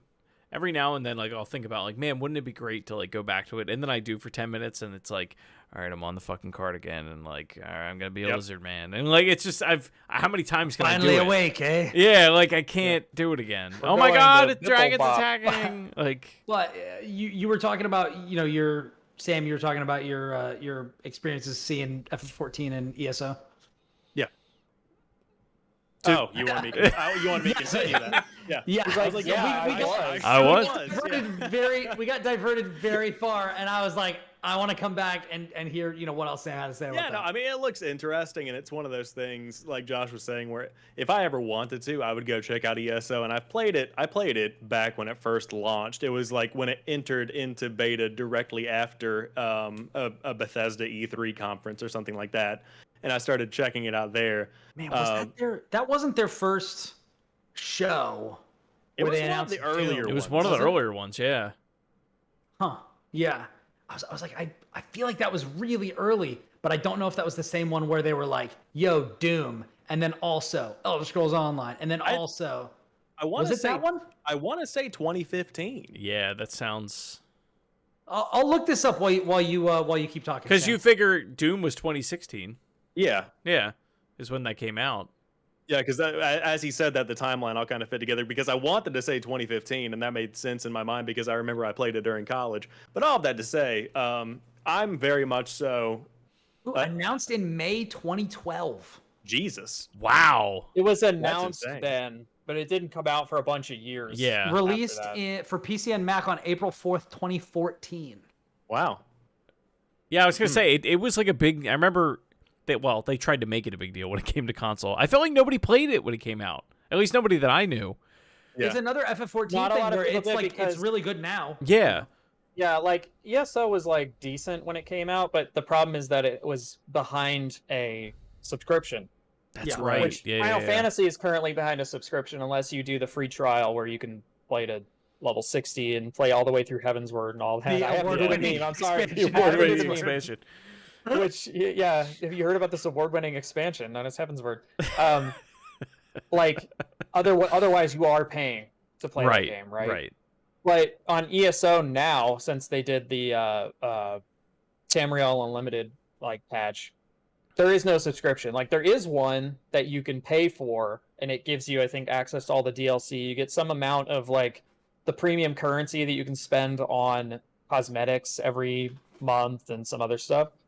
But like if you just buy the game or like buy the expansion content and just play, like you don't have to pay for a subscription or anything. You can just play the game.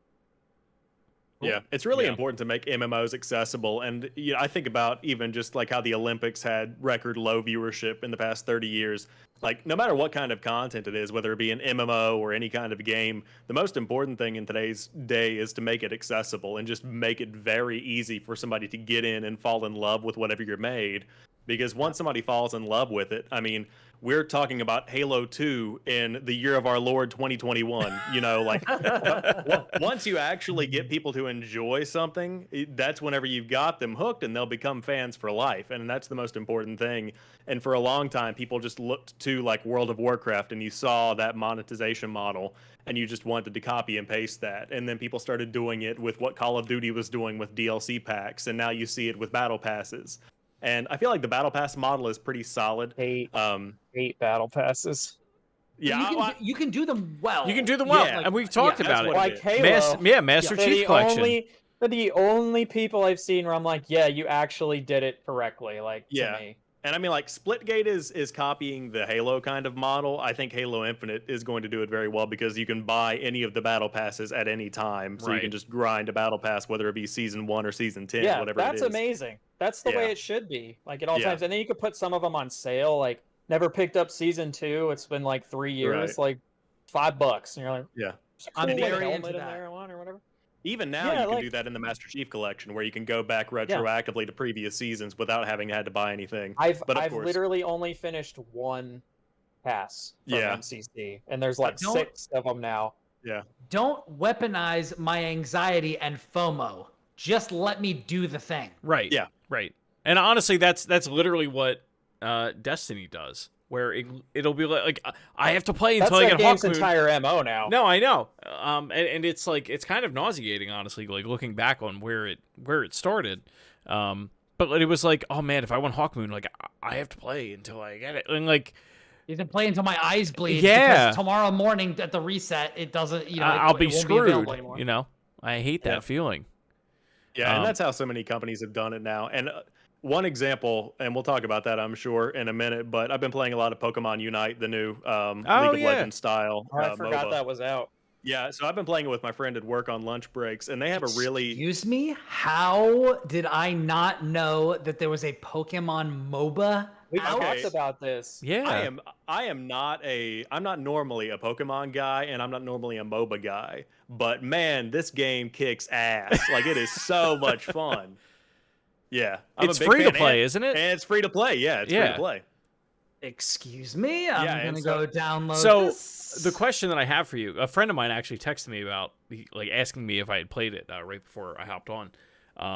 Does it have that like pay to win kind of feel? Like, do you feel like there are moments where you're like, oh man, like, you know, I I'm don't- gated at this point I don't think so, but keep in mind this game has been out for since Tuesday or yeah, whatever it was last Yeah, week. it's been out for a matter of, as of tomorrow, 7 days. Yeah. And so I jumped back in today after not playing for about 4 or 5 days, and people are markedly getting better at the game. Yeah. Like where I was like somebody who normally plays games and I understand mechanics pretty quickly. Like day one, I was just shitting on these kids, and then a week later, Hold on, adding that to potential. And then you remembered it. And then you remembered titles. it's summer vacation. Yeah. And so Wait, they don't have a they're job? kids. Yeah, and so I'm going in with my day 2 Pikachu. I'm imagining with, somebody like, popping into the stream and just hearing, "All right, so I was shitting on these kids." What? And they're like, I'm out.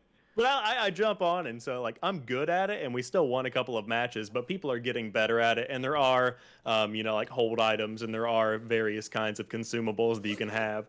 But nothing, the number one feels very gimmicky when it comes to microtransactions. Like it's very much so, it's not nickel and diming you, but I can definitely see where somebody could spend a couple of $100 and they can have an advantage over you.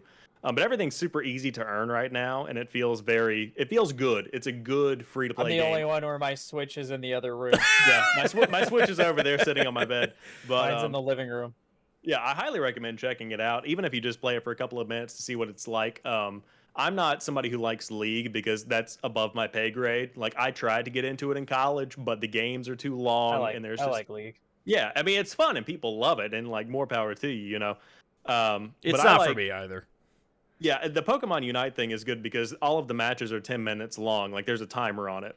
Oh, And so- hell yeah. Yeah, and so if I have 30 minutes during a lunch break, then I can just sit down and play 2 or 3 games, and I have had a comprehensive, really good experience. Yeah. You've sold me now because as a former Dota 2 player who played all through college, sometimes those games would go, like normally they'd be like 45 minutes each.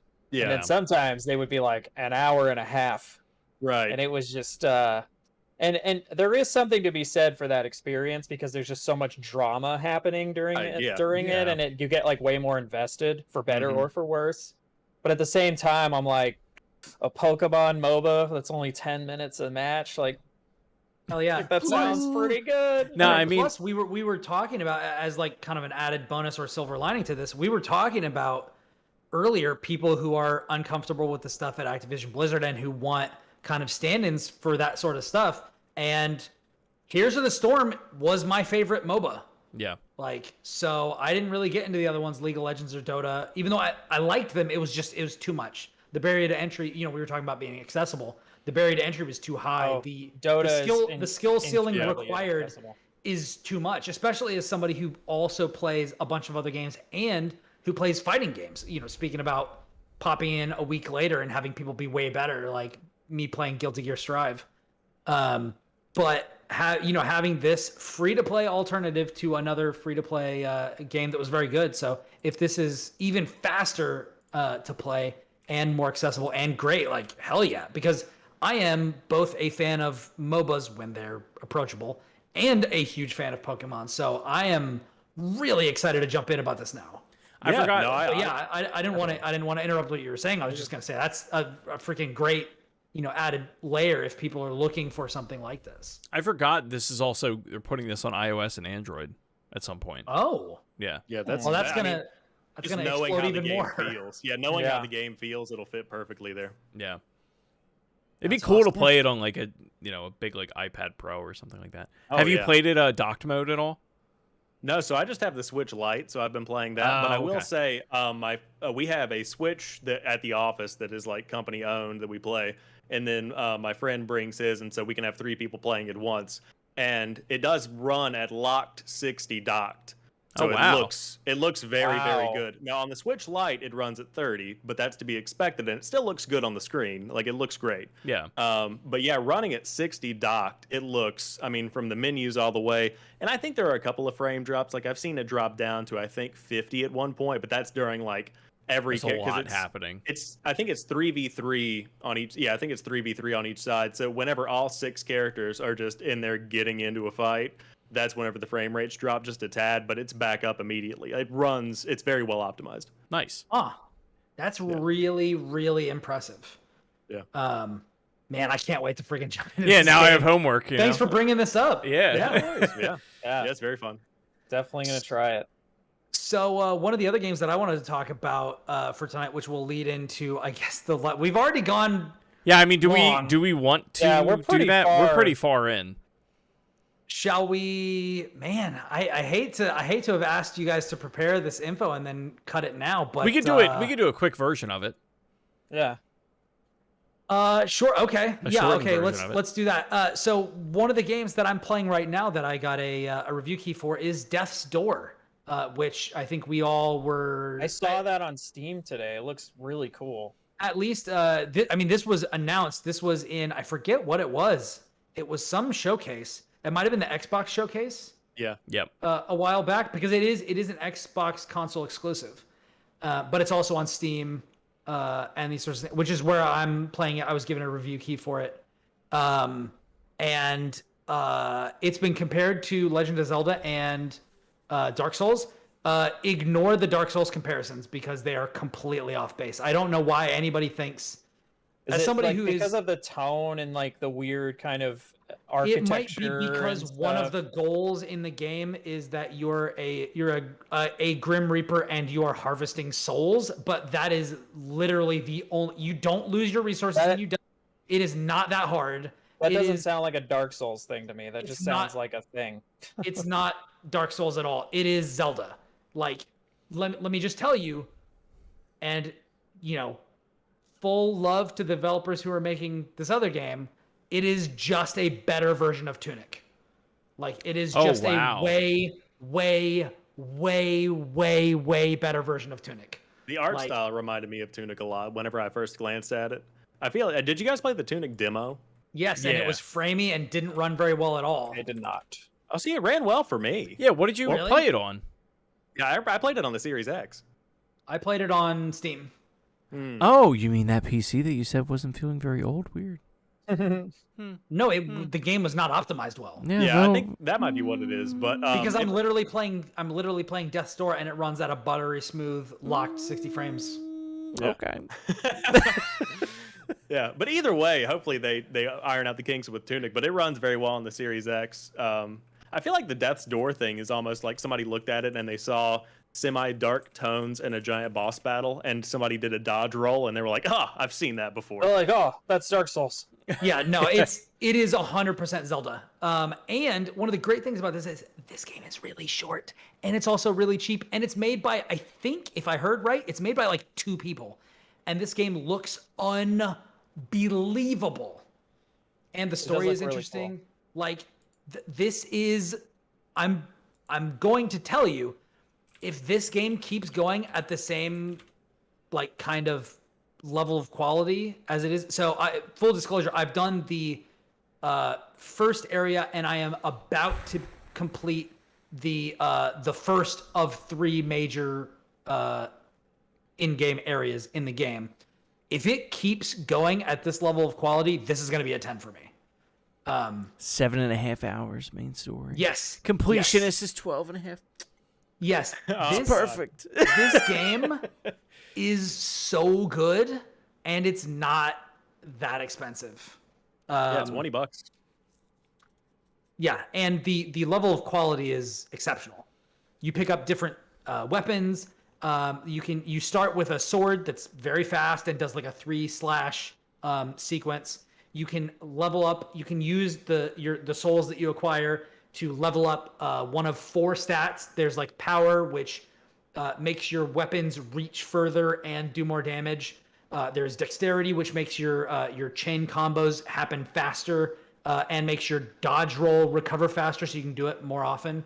Then there is, I think, like magical things. So like you've got your secondary ability is like you start with a bow, but then you can get like a fire spell attack. It increases the charge time of that and things like this. And then there was another one, which I think, there was another one that I think is like your base movement speed. It makes your movement speed faster. I think I'm twisting up one of those, but there's like different stats that you can invest into, and you can get upgrades to those pretty quickly. There's also a really interesting mechanic that I love where you pick up these seeds, and then there are little pots with soil around the level, and you plant the seeds in the pot, and then a flower comes out that you can eat to heal you back up to full. You have 4 hit points, so you can get hit 4 times before you die. And then you start over at the last Death's Door that you opened. But every time you die, all of those plants regrow, which means that as you're picking up more seeds and exploring and you're being rewarded for that, you can plant more of these seeds, and then you've got these dedicated healing spots around the stage. Oh, that's cool. It's really awesome. But if you don't want to explore that much and you just find one and you know exactly where you want to put it, you can just plant it there and then ignore the rest of it if you don't want to explore around. The shortcuts are very clever. It's so freaking good. I love it. It trims out all the fat and just gives you an incredibly focused, really awesome, satisfying, responsive experience. Cool. It's freaking sick. I love it so much. I am extremely excited to get back to it. I was really disappointed that I had to work so late today and then run an errand that kept me from being able to play more before the show tonight, because I was hoping to get the second boss down before we talked about it. But it's freaking awesome. And that got me thinking, like, this year is such a freaking great year for games, particularly indie games. And I wanted to just kind of pick your guys' brains about like some of your favorite stuff that you had played this year. And for me, just starting off, Death's Door is definitely on that list, as well as, I talked about Doki Doki Literature Club Plus and Disgaea 6 and Guilty Gear Strive and Lost Words and Loop Hero. Yeah, but also like I feel like playing things that I hadn't played before, like Hitman and Prey and Hyperlight Drifter and Return of the Obra Dinn. Like it's been a great year personally, playing these games. So yeah, you were saying, Chris? No, I feel like this year it's been, because it's a new console generation and COVID and everything like that, like it's given a spotlight to a lot of games that normally, like, they would have come out and probably been well received, but like maybe wouldn't have had it otherwise. Like, I feel like there was a really good buzz around Death's Door when it came out. Like, nobody really talked about it prior to. You mean when it was like announced or whatever? Like prior to its release, like I had never even heard of it. And I feel like that game just came out of nowhere and kind of caught Twitter by fire, at least for a day or two. This was definitely a Cuphead experience for me, where I saw it on the Xbox conference, and I think I talked about it on the show, but like I don't know that anybody else was. There was a little bit of buzz in the industry, but like it just kind of went away, and then that's what I mean. It was just like one of those games, like, okay, it'll exist someday. Like so many, there's a lot of games like that out of like Xbox conferences and stuff like that. And full disclosure, as somebody who's looking forward to it, I had no idea it was coming out this soon. Yeah. Like I had totally, it had just gone to the back burner, and I had kind of spaced out. And then when they were like, yo, it's out, I'm like, holy shit, are you serious? Like, gimme. Yeah. It's the opposite of the Tunic and Below problem. But yeah, so Sam, what are some of the best games that you've played this year? Kind of like what Chris said, it's given the new generation has given me an opportunity to go back and not only play some of these games that have been optimized. Obviously, we had that little stretch of launch games that everybody's kind of played, the Valhallas and the Tetris Effect Connected and all of that stuff. Which, by the way, Tetris Effect Connected, honorable mention. That's Hell great. Yeah, I know Chris is going to agree with you on that one. Oh yeah, it's a great game, man. I love it. Everybody else was just, you're digging into Valhalla. Normally, that was like a lot of my friends' go-to day one Xbox game. Meanwhile, I'm over here grinding Tetris Effect Connected. But one game I think you made the right choice. Doing that crazy multiplayer mode that only comes up on Saturday. Oh God, I love it. That thing is so fun. It's so good. Yeah, it's great. But one game that I've been playing on PC a lot recently it's still in early access, and I've been tweeting about it a ton. But it's called Proteus. And Proteus is phenomenal. It's like a blend of old school Doom, Duke Nukem, Quake. Like, it's got all of these elements in it. And it's got this beautiful retro but yet modern pixel art style to it. And the soundtrack is just exactly what you would expect from like a Doom 64 kind of situation. It's really crunchy. Yeah. And it's got phenomenal audio. It's got phenomenal gameplay. I think that's really important. It's got a great variety of weapons, and they're all very accessible. And it just guides you through it really well. But it's on Game Pass for PC. It's not on consoles or anything right now. But if I'm playing anything in my spare time, it's probably this right now, just because it is great. But yeah, that's definitely one you guys should check out if you're on PC. And then another one that's on Game Pass for console. I'm looking through my achievement stuff just to try and jog my memory of stuff that I've played. Is a little game called Narita Boy, and it's Yes. a very Played very a little bit of cool- that. I dipped Yeah. into that on Game Pass. Yeah, I mean, and talking about making games accessible earlier, Game Pass has done such a great service for all of us, providing ways for us to access these games that would normally have a subscription, like we were talking about ESO, and then also just being like, hey, you know, I don't have a lot of cash, but I'm gonna dip into Narita Boy and see what that's about. So like, yeah, we can have 3 people on this show say, hey, yeah, I played that. Yep. Like, and what would be the likelihood of that if it wasn't on Game Pass? Like, Yeah, pretty I mean, Narita low. Boy. Yeah. It would have been one of those like 99-cent Steam sale gimme games that Right. honestly would probably have sat in my game library for the next 5 years. And you never would have Yeah. touched it. Yeah, and Yeah. so now with Game Pass, you know, I saw. or you would it have touched it and- when you got your Steam Deck. Yeah, that's what would happen. Like I'll just get it whenever I'm just trying things out. But very cool game. I have not finished all of it, but the story is just really interesting. Where you get sucked into this game that a developer is making, and it's it's kind of like that Tron. one. Yeah, it's like Tron. It's like that, and a mix of that Black Mirror episode, the special where it was like the interactive Netflix thing. Oh yeah. Yeah, where it was just like this game development kind of, like you said, Tron, 80s synthwave kind of feel to it. Just a really, really stylish game. But yeah, Proteus and Narita Boy, those are my 2 recommendations for 2021 so far. Cool. Chris, what you got? Mine are so not interesting. Like they're just so like Look at you setting us up for excitement. play these giant games that everyone's played. Like Ratchet and Clank. Like Ratchet and Clank just blew me away. Rift Apart? Yeah, Rift Apart. Rift Apart is I mean, I think it's the best the franchise has ever been. Up until now. Wow. It's the best looking next gen game to have come out. Period. Hands down. Hard stop. You can't get It looks better otherwise. than Returnal and all that stuff? Yeah. It Spider-Man? looks, yep. Yeah. Like dollars to donuts. It's so much better than anything that has come out on the PS5. It's like playing a Pixar game. And I know we say that about every Ratchet and Clank game that comes out. I But mean, it just increasingly becomes more and more true. they're legitimately getting to a point where I'm like, I don't know how this franchise can look any better. It's getting there, or it is there. Yeah, I mean, it just has a really great upgrade system, really, really great characters. The way that they, have like alternate versions of existing characters and like characters that you've seen throughout the franchise. It's just really smartly written. Do You don't need to play the other our ones. lovely whisperers You don't need to play have the played other the other ones? No, I mean, To know what's going on? all you need to know is like he's a Lombax, which is like, and he's the only one of his kind. Like this is just like Ratchet and Clank like 101. Like Lombax is like a cat-like creature. He's the only one of his kind. And in the last game before this, he tried to find where his people went and like why he can't find any of them. And he like travels through time and all that kind of stuff. That's like the 1,000-foot view of Ratchet and Clank. And then he has a robot partner named Clank. Like there, you can play Rift Apart. Yeah. The other one, Black Mesa. Like every time I play this game, I'm blown away by it. I got it configured for there's like a ray tracing mod that you can install on it. And that game, I'm running like above 60 FPS on my 3080, but that game just looks phenomenal. And I mean, it's Source Engine. Like it as soon as you said Proteus, it was like, not of that same, but more of that same kind of era.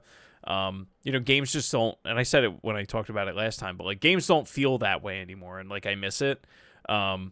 And like everything that happens in that game with like a weapon is just like super hardcore. Like you could just like, if you shotgun somebody, like they blow apart and like, limbs are flying everywhere and stuff.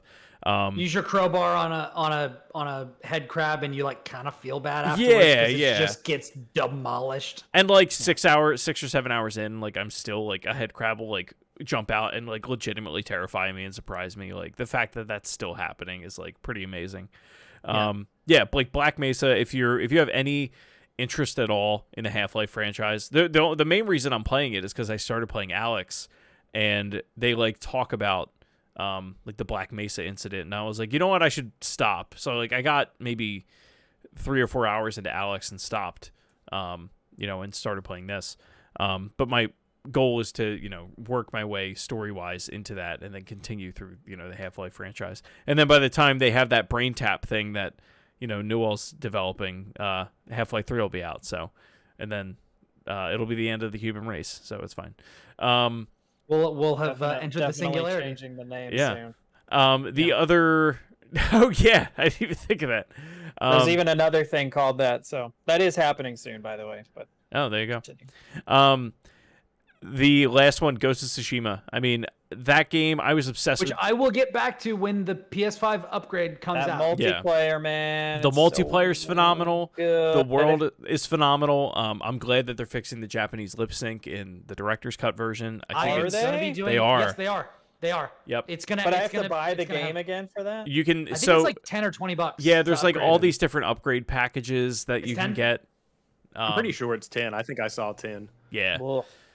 What do I get besides that? You get. In trademark Sony fashion, the upgrade and what you get for it and how much it costs is convoluted and confusing, and I'm not exactly. It is. sure It is absurd. Oh, boy. Like. You have to look it up because I can't remember it. But there's like, if you own the PS4 version physical, it costs this much. If you have it digital, it's this much. If you want this content, it's this much. Like, it's a nightmare. Like, It already sounds like a nightmare. I hate how they're dealing with it. They are adding another island to that game. So like, I'm someone that I 100% completed that game. It's the island of Hokkaido, right? I think it's Iki. Oh, okay. Yeah. I wish it was Hokkaido. Hokkaido Brewing makes a very good plum beer that I like. Also, But Hokkaido Kitchen is my favorite local sushi restaurant in there Houston. you go. So. Have you tried Acclaimed local sushi restaurant? Complete with award-winning California rolls. award-winning tempura. Yeah. But no, Ghost of Tsushima, obviously it was a great game. I loved it. If you haven't played it, definitely play it. If you're like on the fence about spending $60 for it on PS5 or whatever, it still runs at 60 FPS if you play the PS4 version. Like, I'm not going to go and buy this crazy upgraded version just to, get According 4K. to Polygon.com, the upgrade, if you own the PS4 version and want the PS4 director's cut, it is $20. Oof. So it's like if you want to upgrade to the director's cut and you have the base on PS4, it's $20. For some reason, well, I mean, I guess it makes sense because you still can't really find the PS5 at an easy walk into a Walmart and pick it up. But if you buy the director's cut on PS4, then you can upgrade for $10. That's where I was getting it. That's what it is. Yes. Yeah. This is such a strange thing to me because they literally released that multiplayer Thing for free. And it's straight up one of the greatest, I would say, greatest game patches that's ever come out. Yeah. So then by this, and I. But then they're like, by the way, here's a thing that, like, that was a thing that maybe should have cost money or like been included but got for free, and now we're getting stuff that should be been free but they're making us pay $20 for it. I'm like, come on, man. So if I'm understanding this correct me if I'm wrong, this is the same as the Insomniac's Marvel's Spider-Man Unlimited, or like whatever. Oh yeah, the way they like resold you. They're debacle. like, well, it's not really like the same game. Okay, so my understanding of this is I owned the PS4 version of the game because I bought that. I can upgrade it to the director's cut on PS4 for $20, and then also pay $10 to upgrade that to PS5? Yeah. You know how many games you could get for that money? For $30? Yeah. You could just buy Death's Door and you'd have more left over for another game, probably. This is why Game Pass is ruining me, is because like I see $30 and I'm like, that's 2 months of like 250 games. Yeah. Yeah. But at the same time, again, when it comes to Sucker Punch, Insomniac, Naughty Dog, nobody does it like Sony. Yeah. And like, I don't own a PlayStation 5. I sold my PS4 Pro like last July, and I'm waiting until mid-gen upgrades to get into the PlayStation because by then all this stuff will be $10. That is the right decision. Yeah, that is the way to do it. It is. I'm just, a because schmuck. I'm just Harder to annoyed turn with on the this thing PlayStation. constantly. Yeah, I'm a schmuck. Yeah, I mean, it is what it is. And like, there is a good reason to buy PlayStation 5 right now if you want Demon Souls, if you want all of these launch games. But then there's stuff like this where, if you have the base PS4 game, it's going to cost $30 to upgrade to the director's cut. I'll just wait whenever that's $20 in That's 5 where years I'm or whatever. at. Yeah. Yeah. Well, at least with that expansion. I will say, like, the Death Stranding one that they're doing, I think that one makes way more sense, and I will do that and play that game because I haven't played it yet. If you own the PS4, so good. I love Death Stranding. I love that. It's great. if you own the PS4 version of Death Stranding and you want the director's cut, it's $10. Like, that's it. It's just Perfect. It's $10. It's like awesome. I'm in. You have my money. I will play that game. But like this Or is what a if nightmare. it just ran? Or what? Or what if it just ran? Well, what if What if my games it just was ran? just optimized for Series X? What if you were just Sam Porter Bridges and you ran? Ooh. that was my point though, Chris. It's like all this stuff is like it's on No, Xbox. no, no. It's like, And I'm not disagreeing, but I think at a minimum, or rather at most, what I'd be willing to do, I can shell out the $10. I understand. There's time and development costs that went into that. I don't have a problem with that. $30, get the fuck out of here. It's not happening. Everybody was talking about smart delivery and making fun of it. Who's laughing now, No, motherfuckers? seriously, Wow. seriously. Yeah.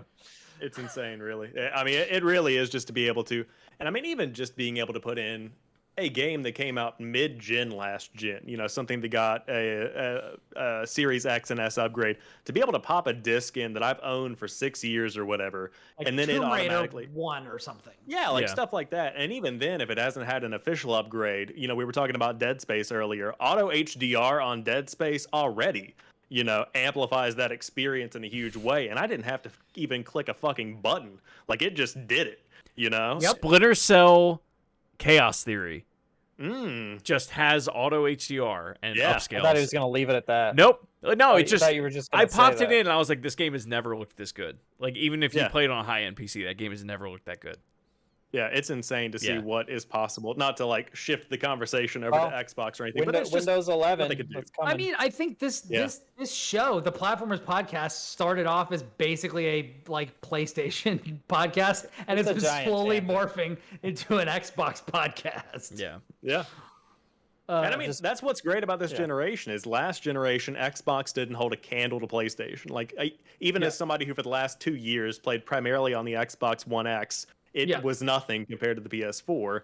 And now It's a you great have console, but the exclusives were on PlayStation. Yeah, and so most people were playing on PlayStation because third parties and really good first party games are there. But now there's legitimate competition to where you do have Xbox competing with PlayStation in a way that makes them reconsider how they're approaching this generation. Yeah, And, hope. There have to be conversations around how to make PlayStation Now better. There have to be conversations around how to make PlayStation remain the place to play, because right now there's more love for Xbox than there has been since the height of the Xbox 360, and that's a problem for Sony and a huge win for Microsoft. And they're selling better too. Well, Like, that's they what I was won going to say. this month. In the last 2 or 3 months, I've had more people ask me about my experience with the Xbox. Like, when the generation started, it was, how's the PS5? Oh my god, I gotta have one. Now everyone's asking about my Series X. Yeah, I mean, And the there's just, answer is it's rules. Pretty rules. good.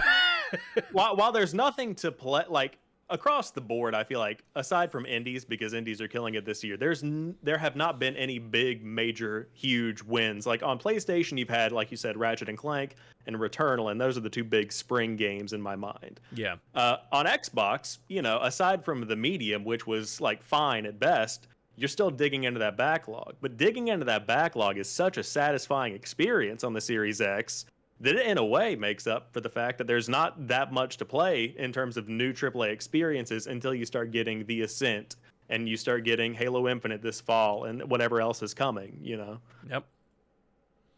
Future's looking pretty bright. Yeah. So, Yeah, it sure is.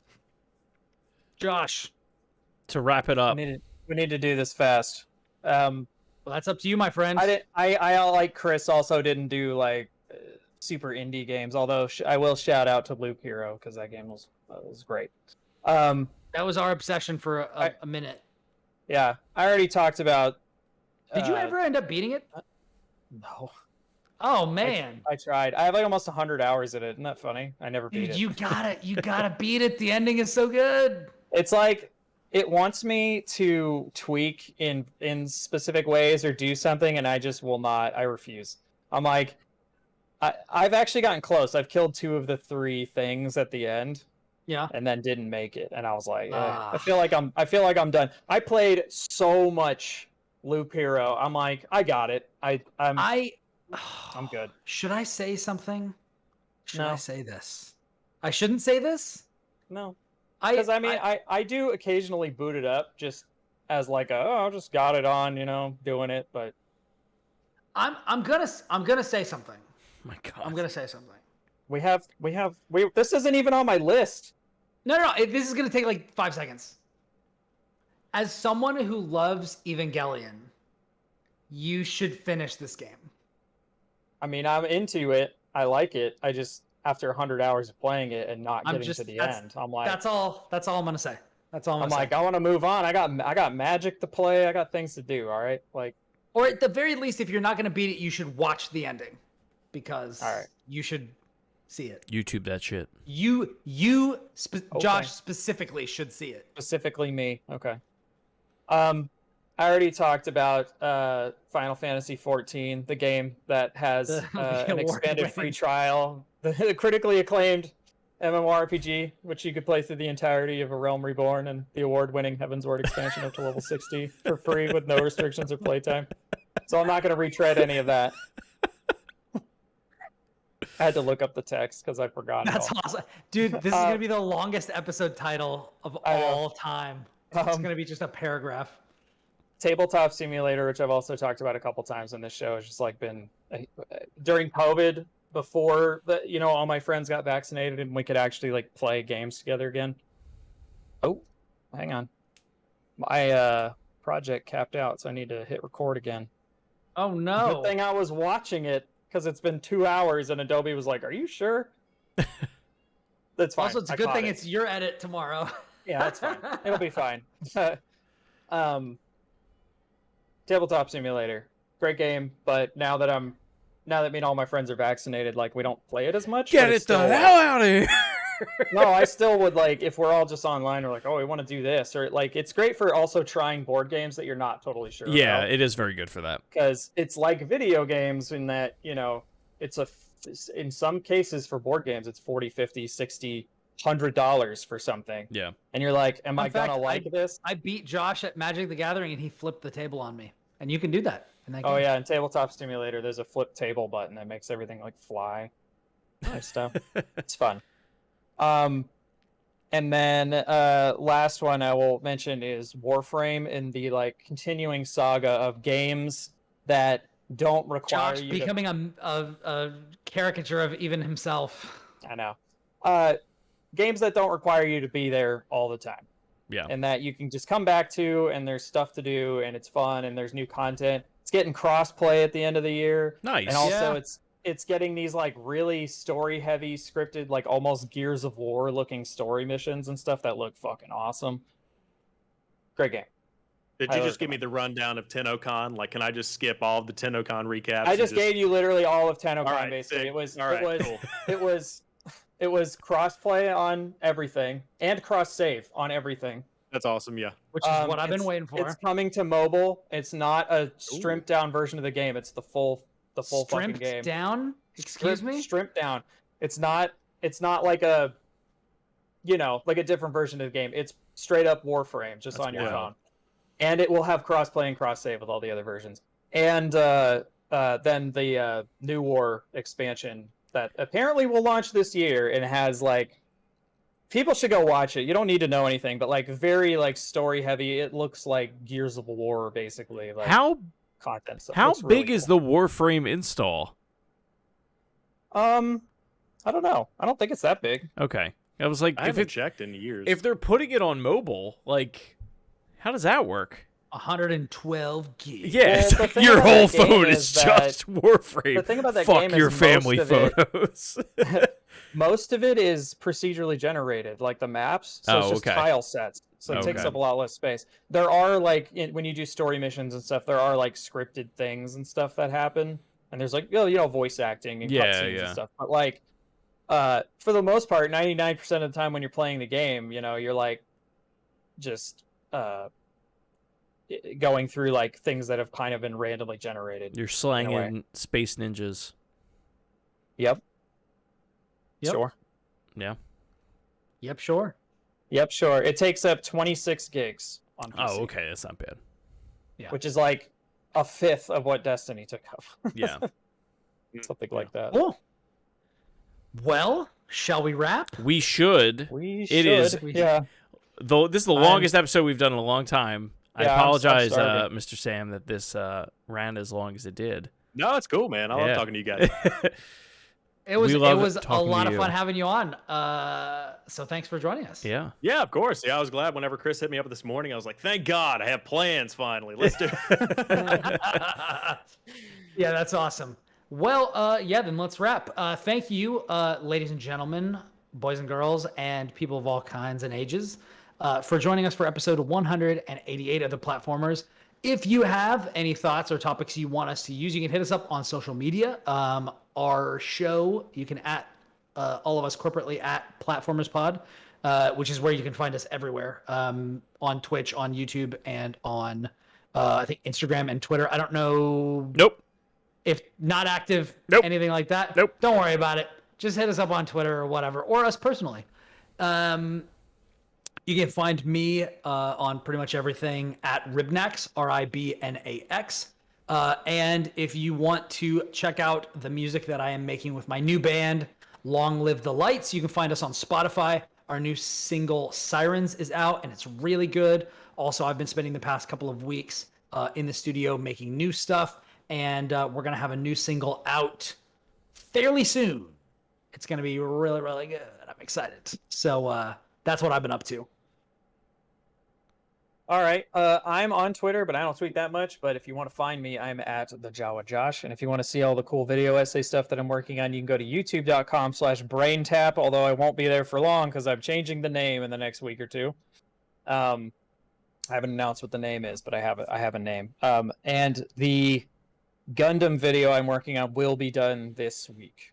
It is like right on the precipice of being complete. So, probably like another 2-3 hours of work and it'll be done.